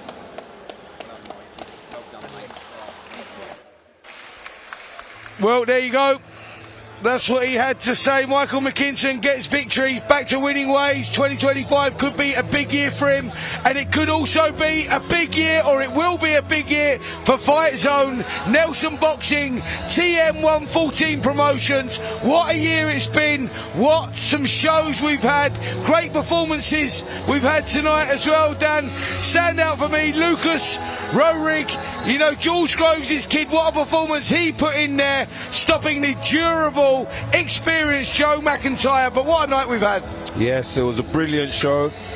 I'm definitely going to have to give, you know, they saved the last two, you know, the best till last, and the last two performances for me were the fight of the evening. Very good fight from the heavyweight, Francis Ignatius. I really enjoyed his performance. It was a good show, matched very well, and I look forward to seeing some more TM14 Nelson Boxing shows. Absolutely. Listen, good show, good year, and goodbye from myself, Spencer Oliver, and him, Mr. Dan Aziz. Thanks for joining us on Fight Zone, on Talk Sports Boxing YouTube channel. Till next time, till next year, we'll see you all later.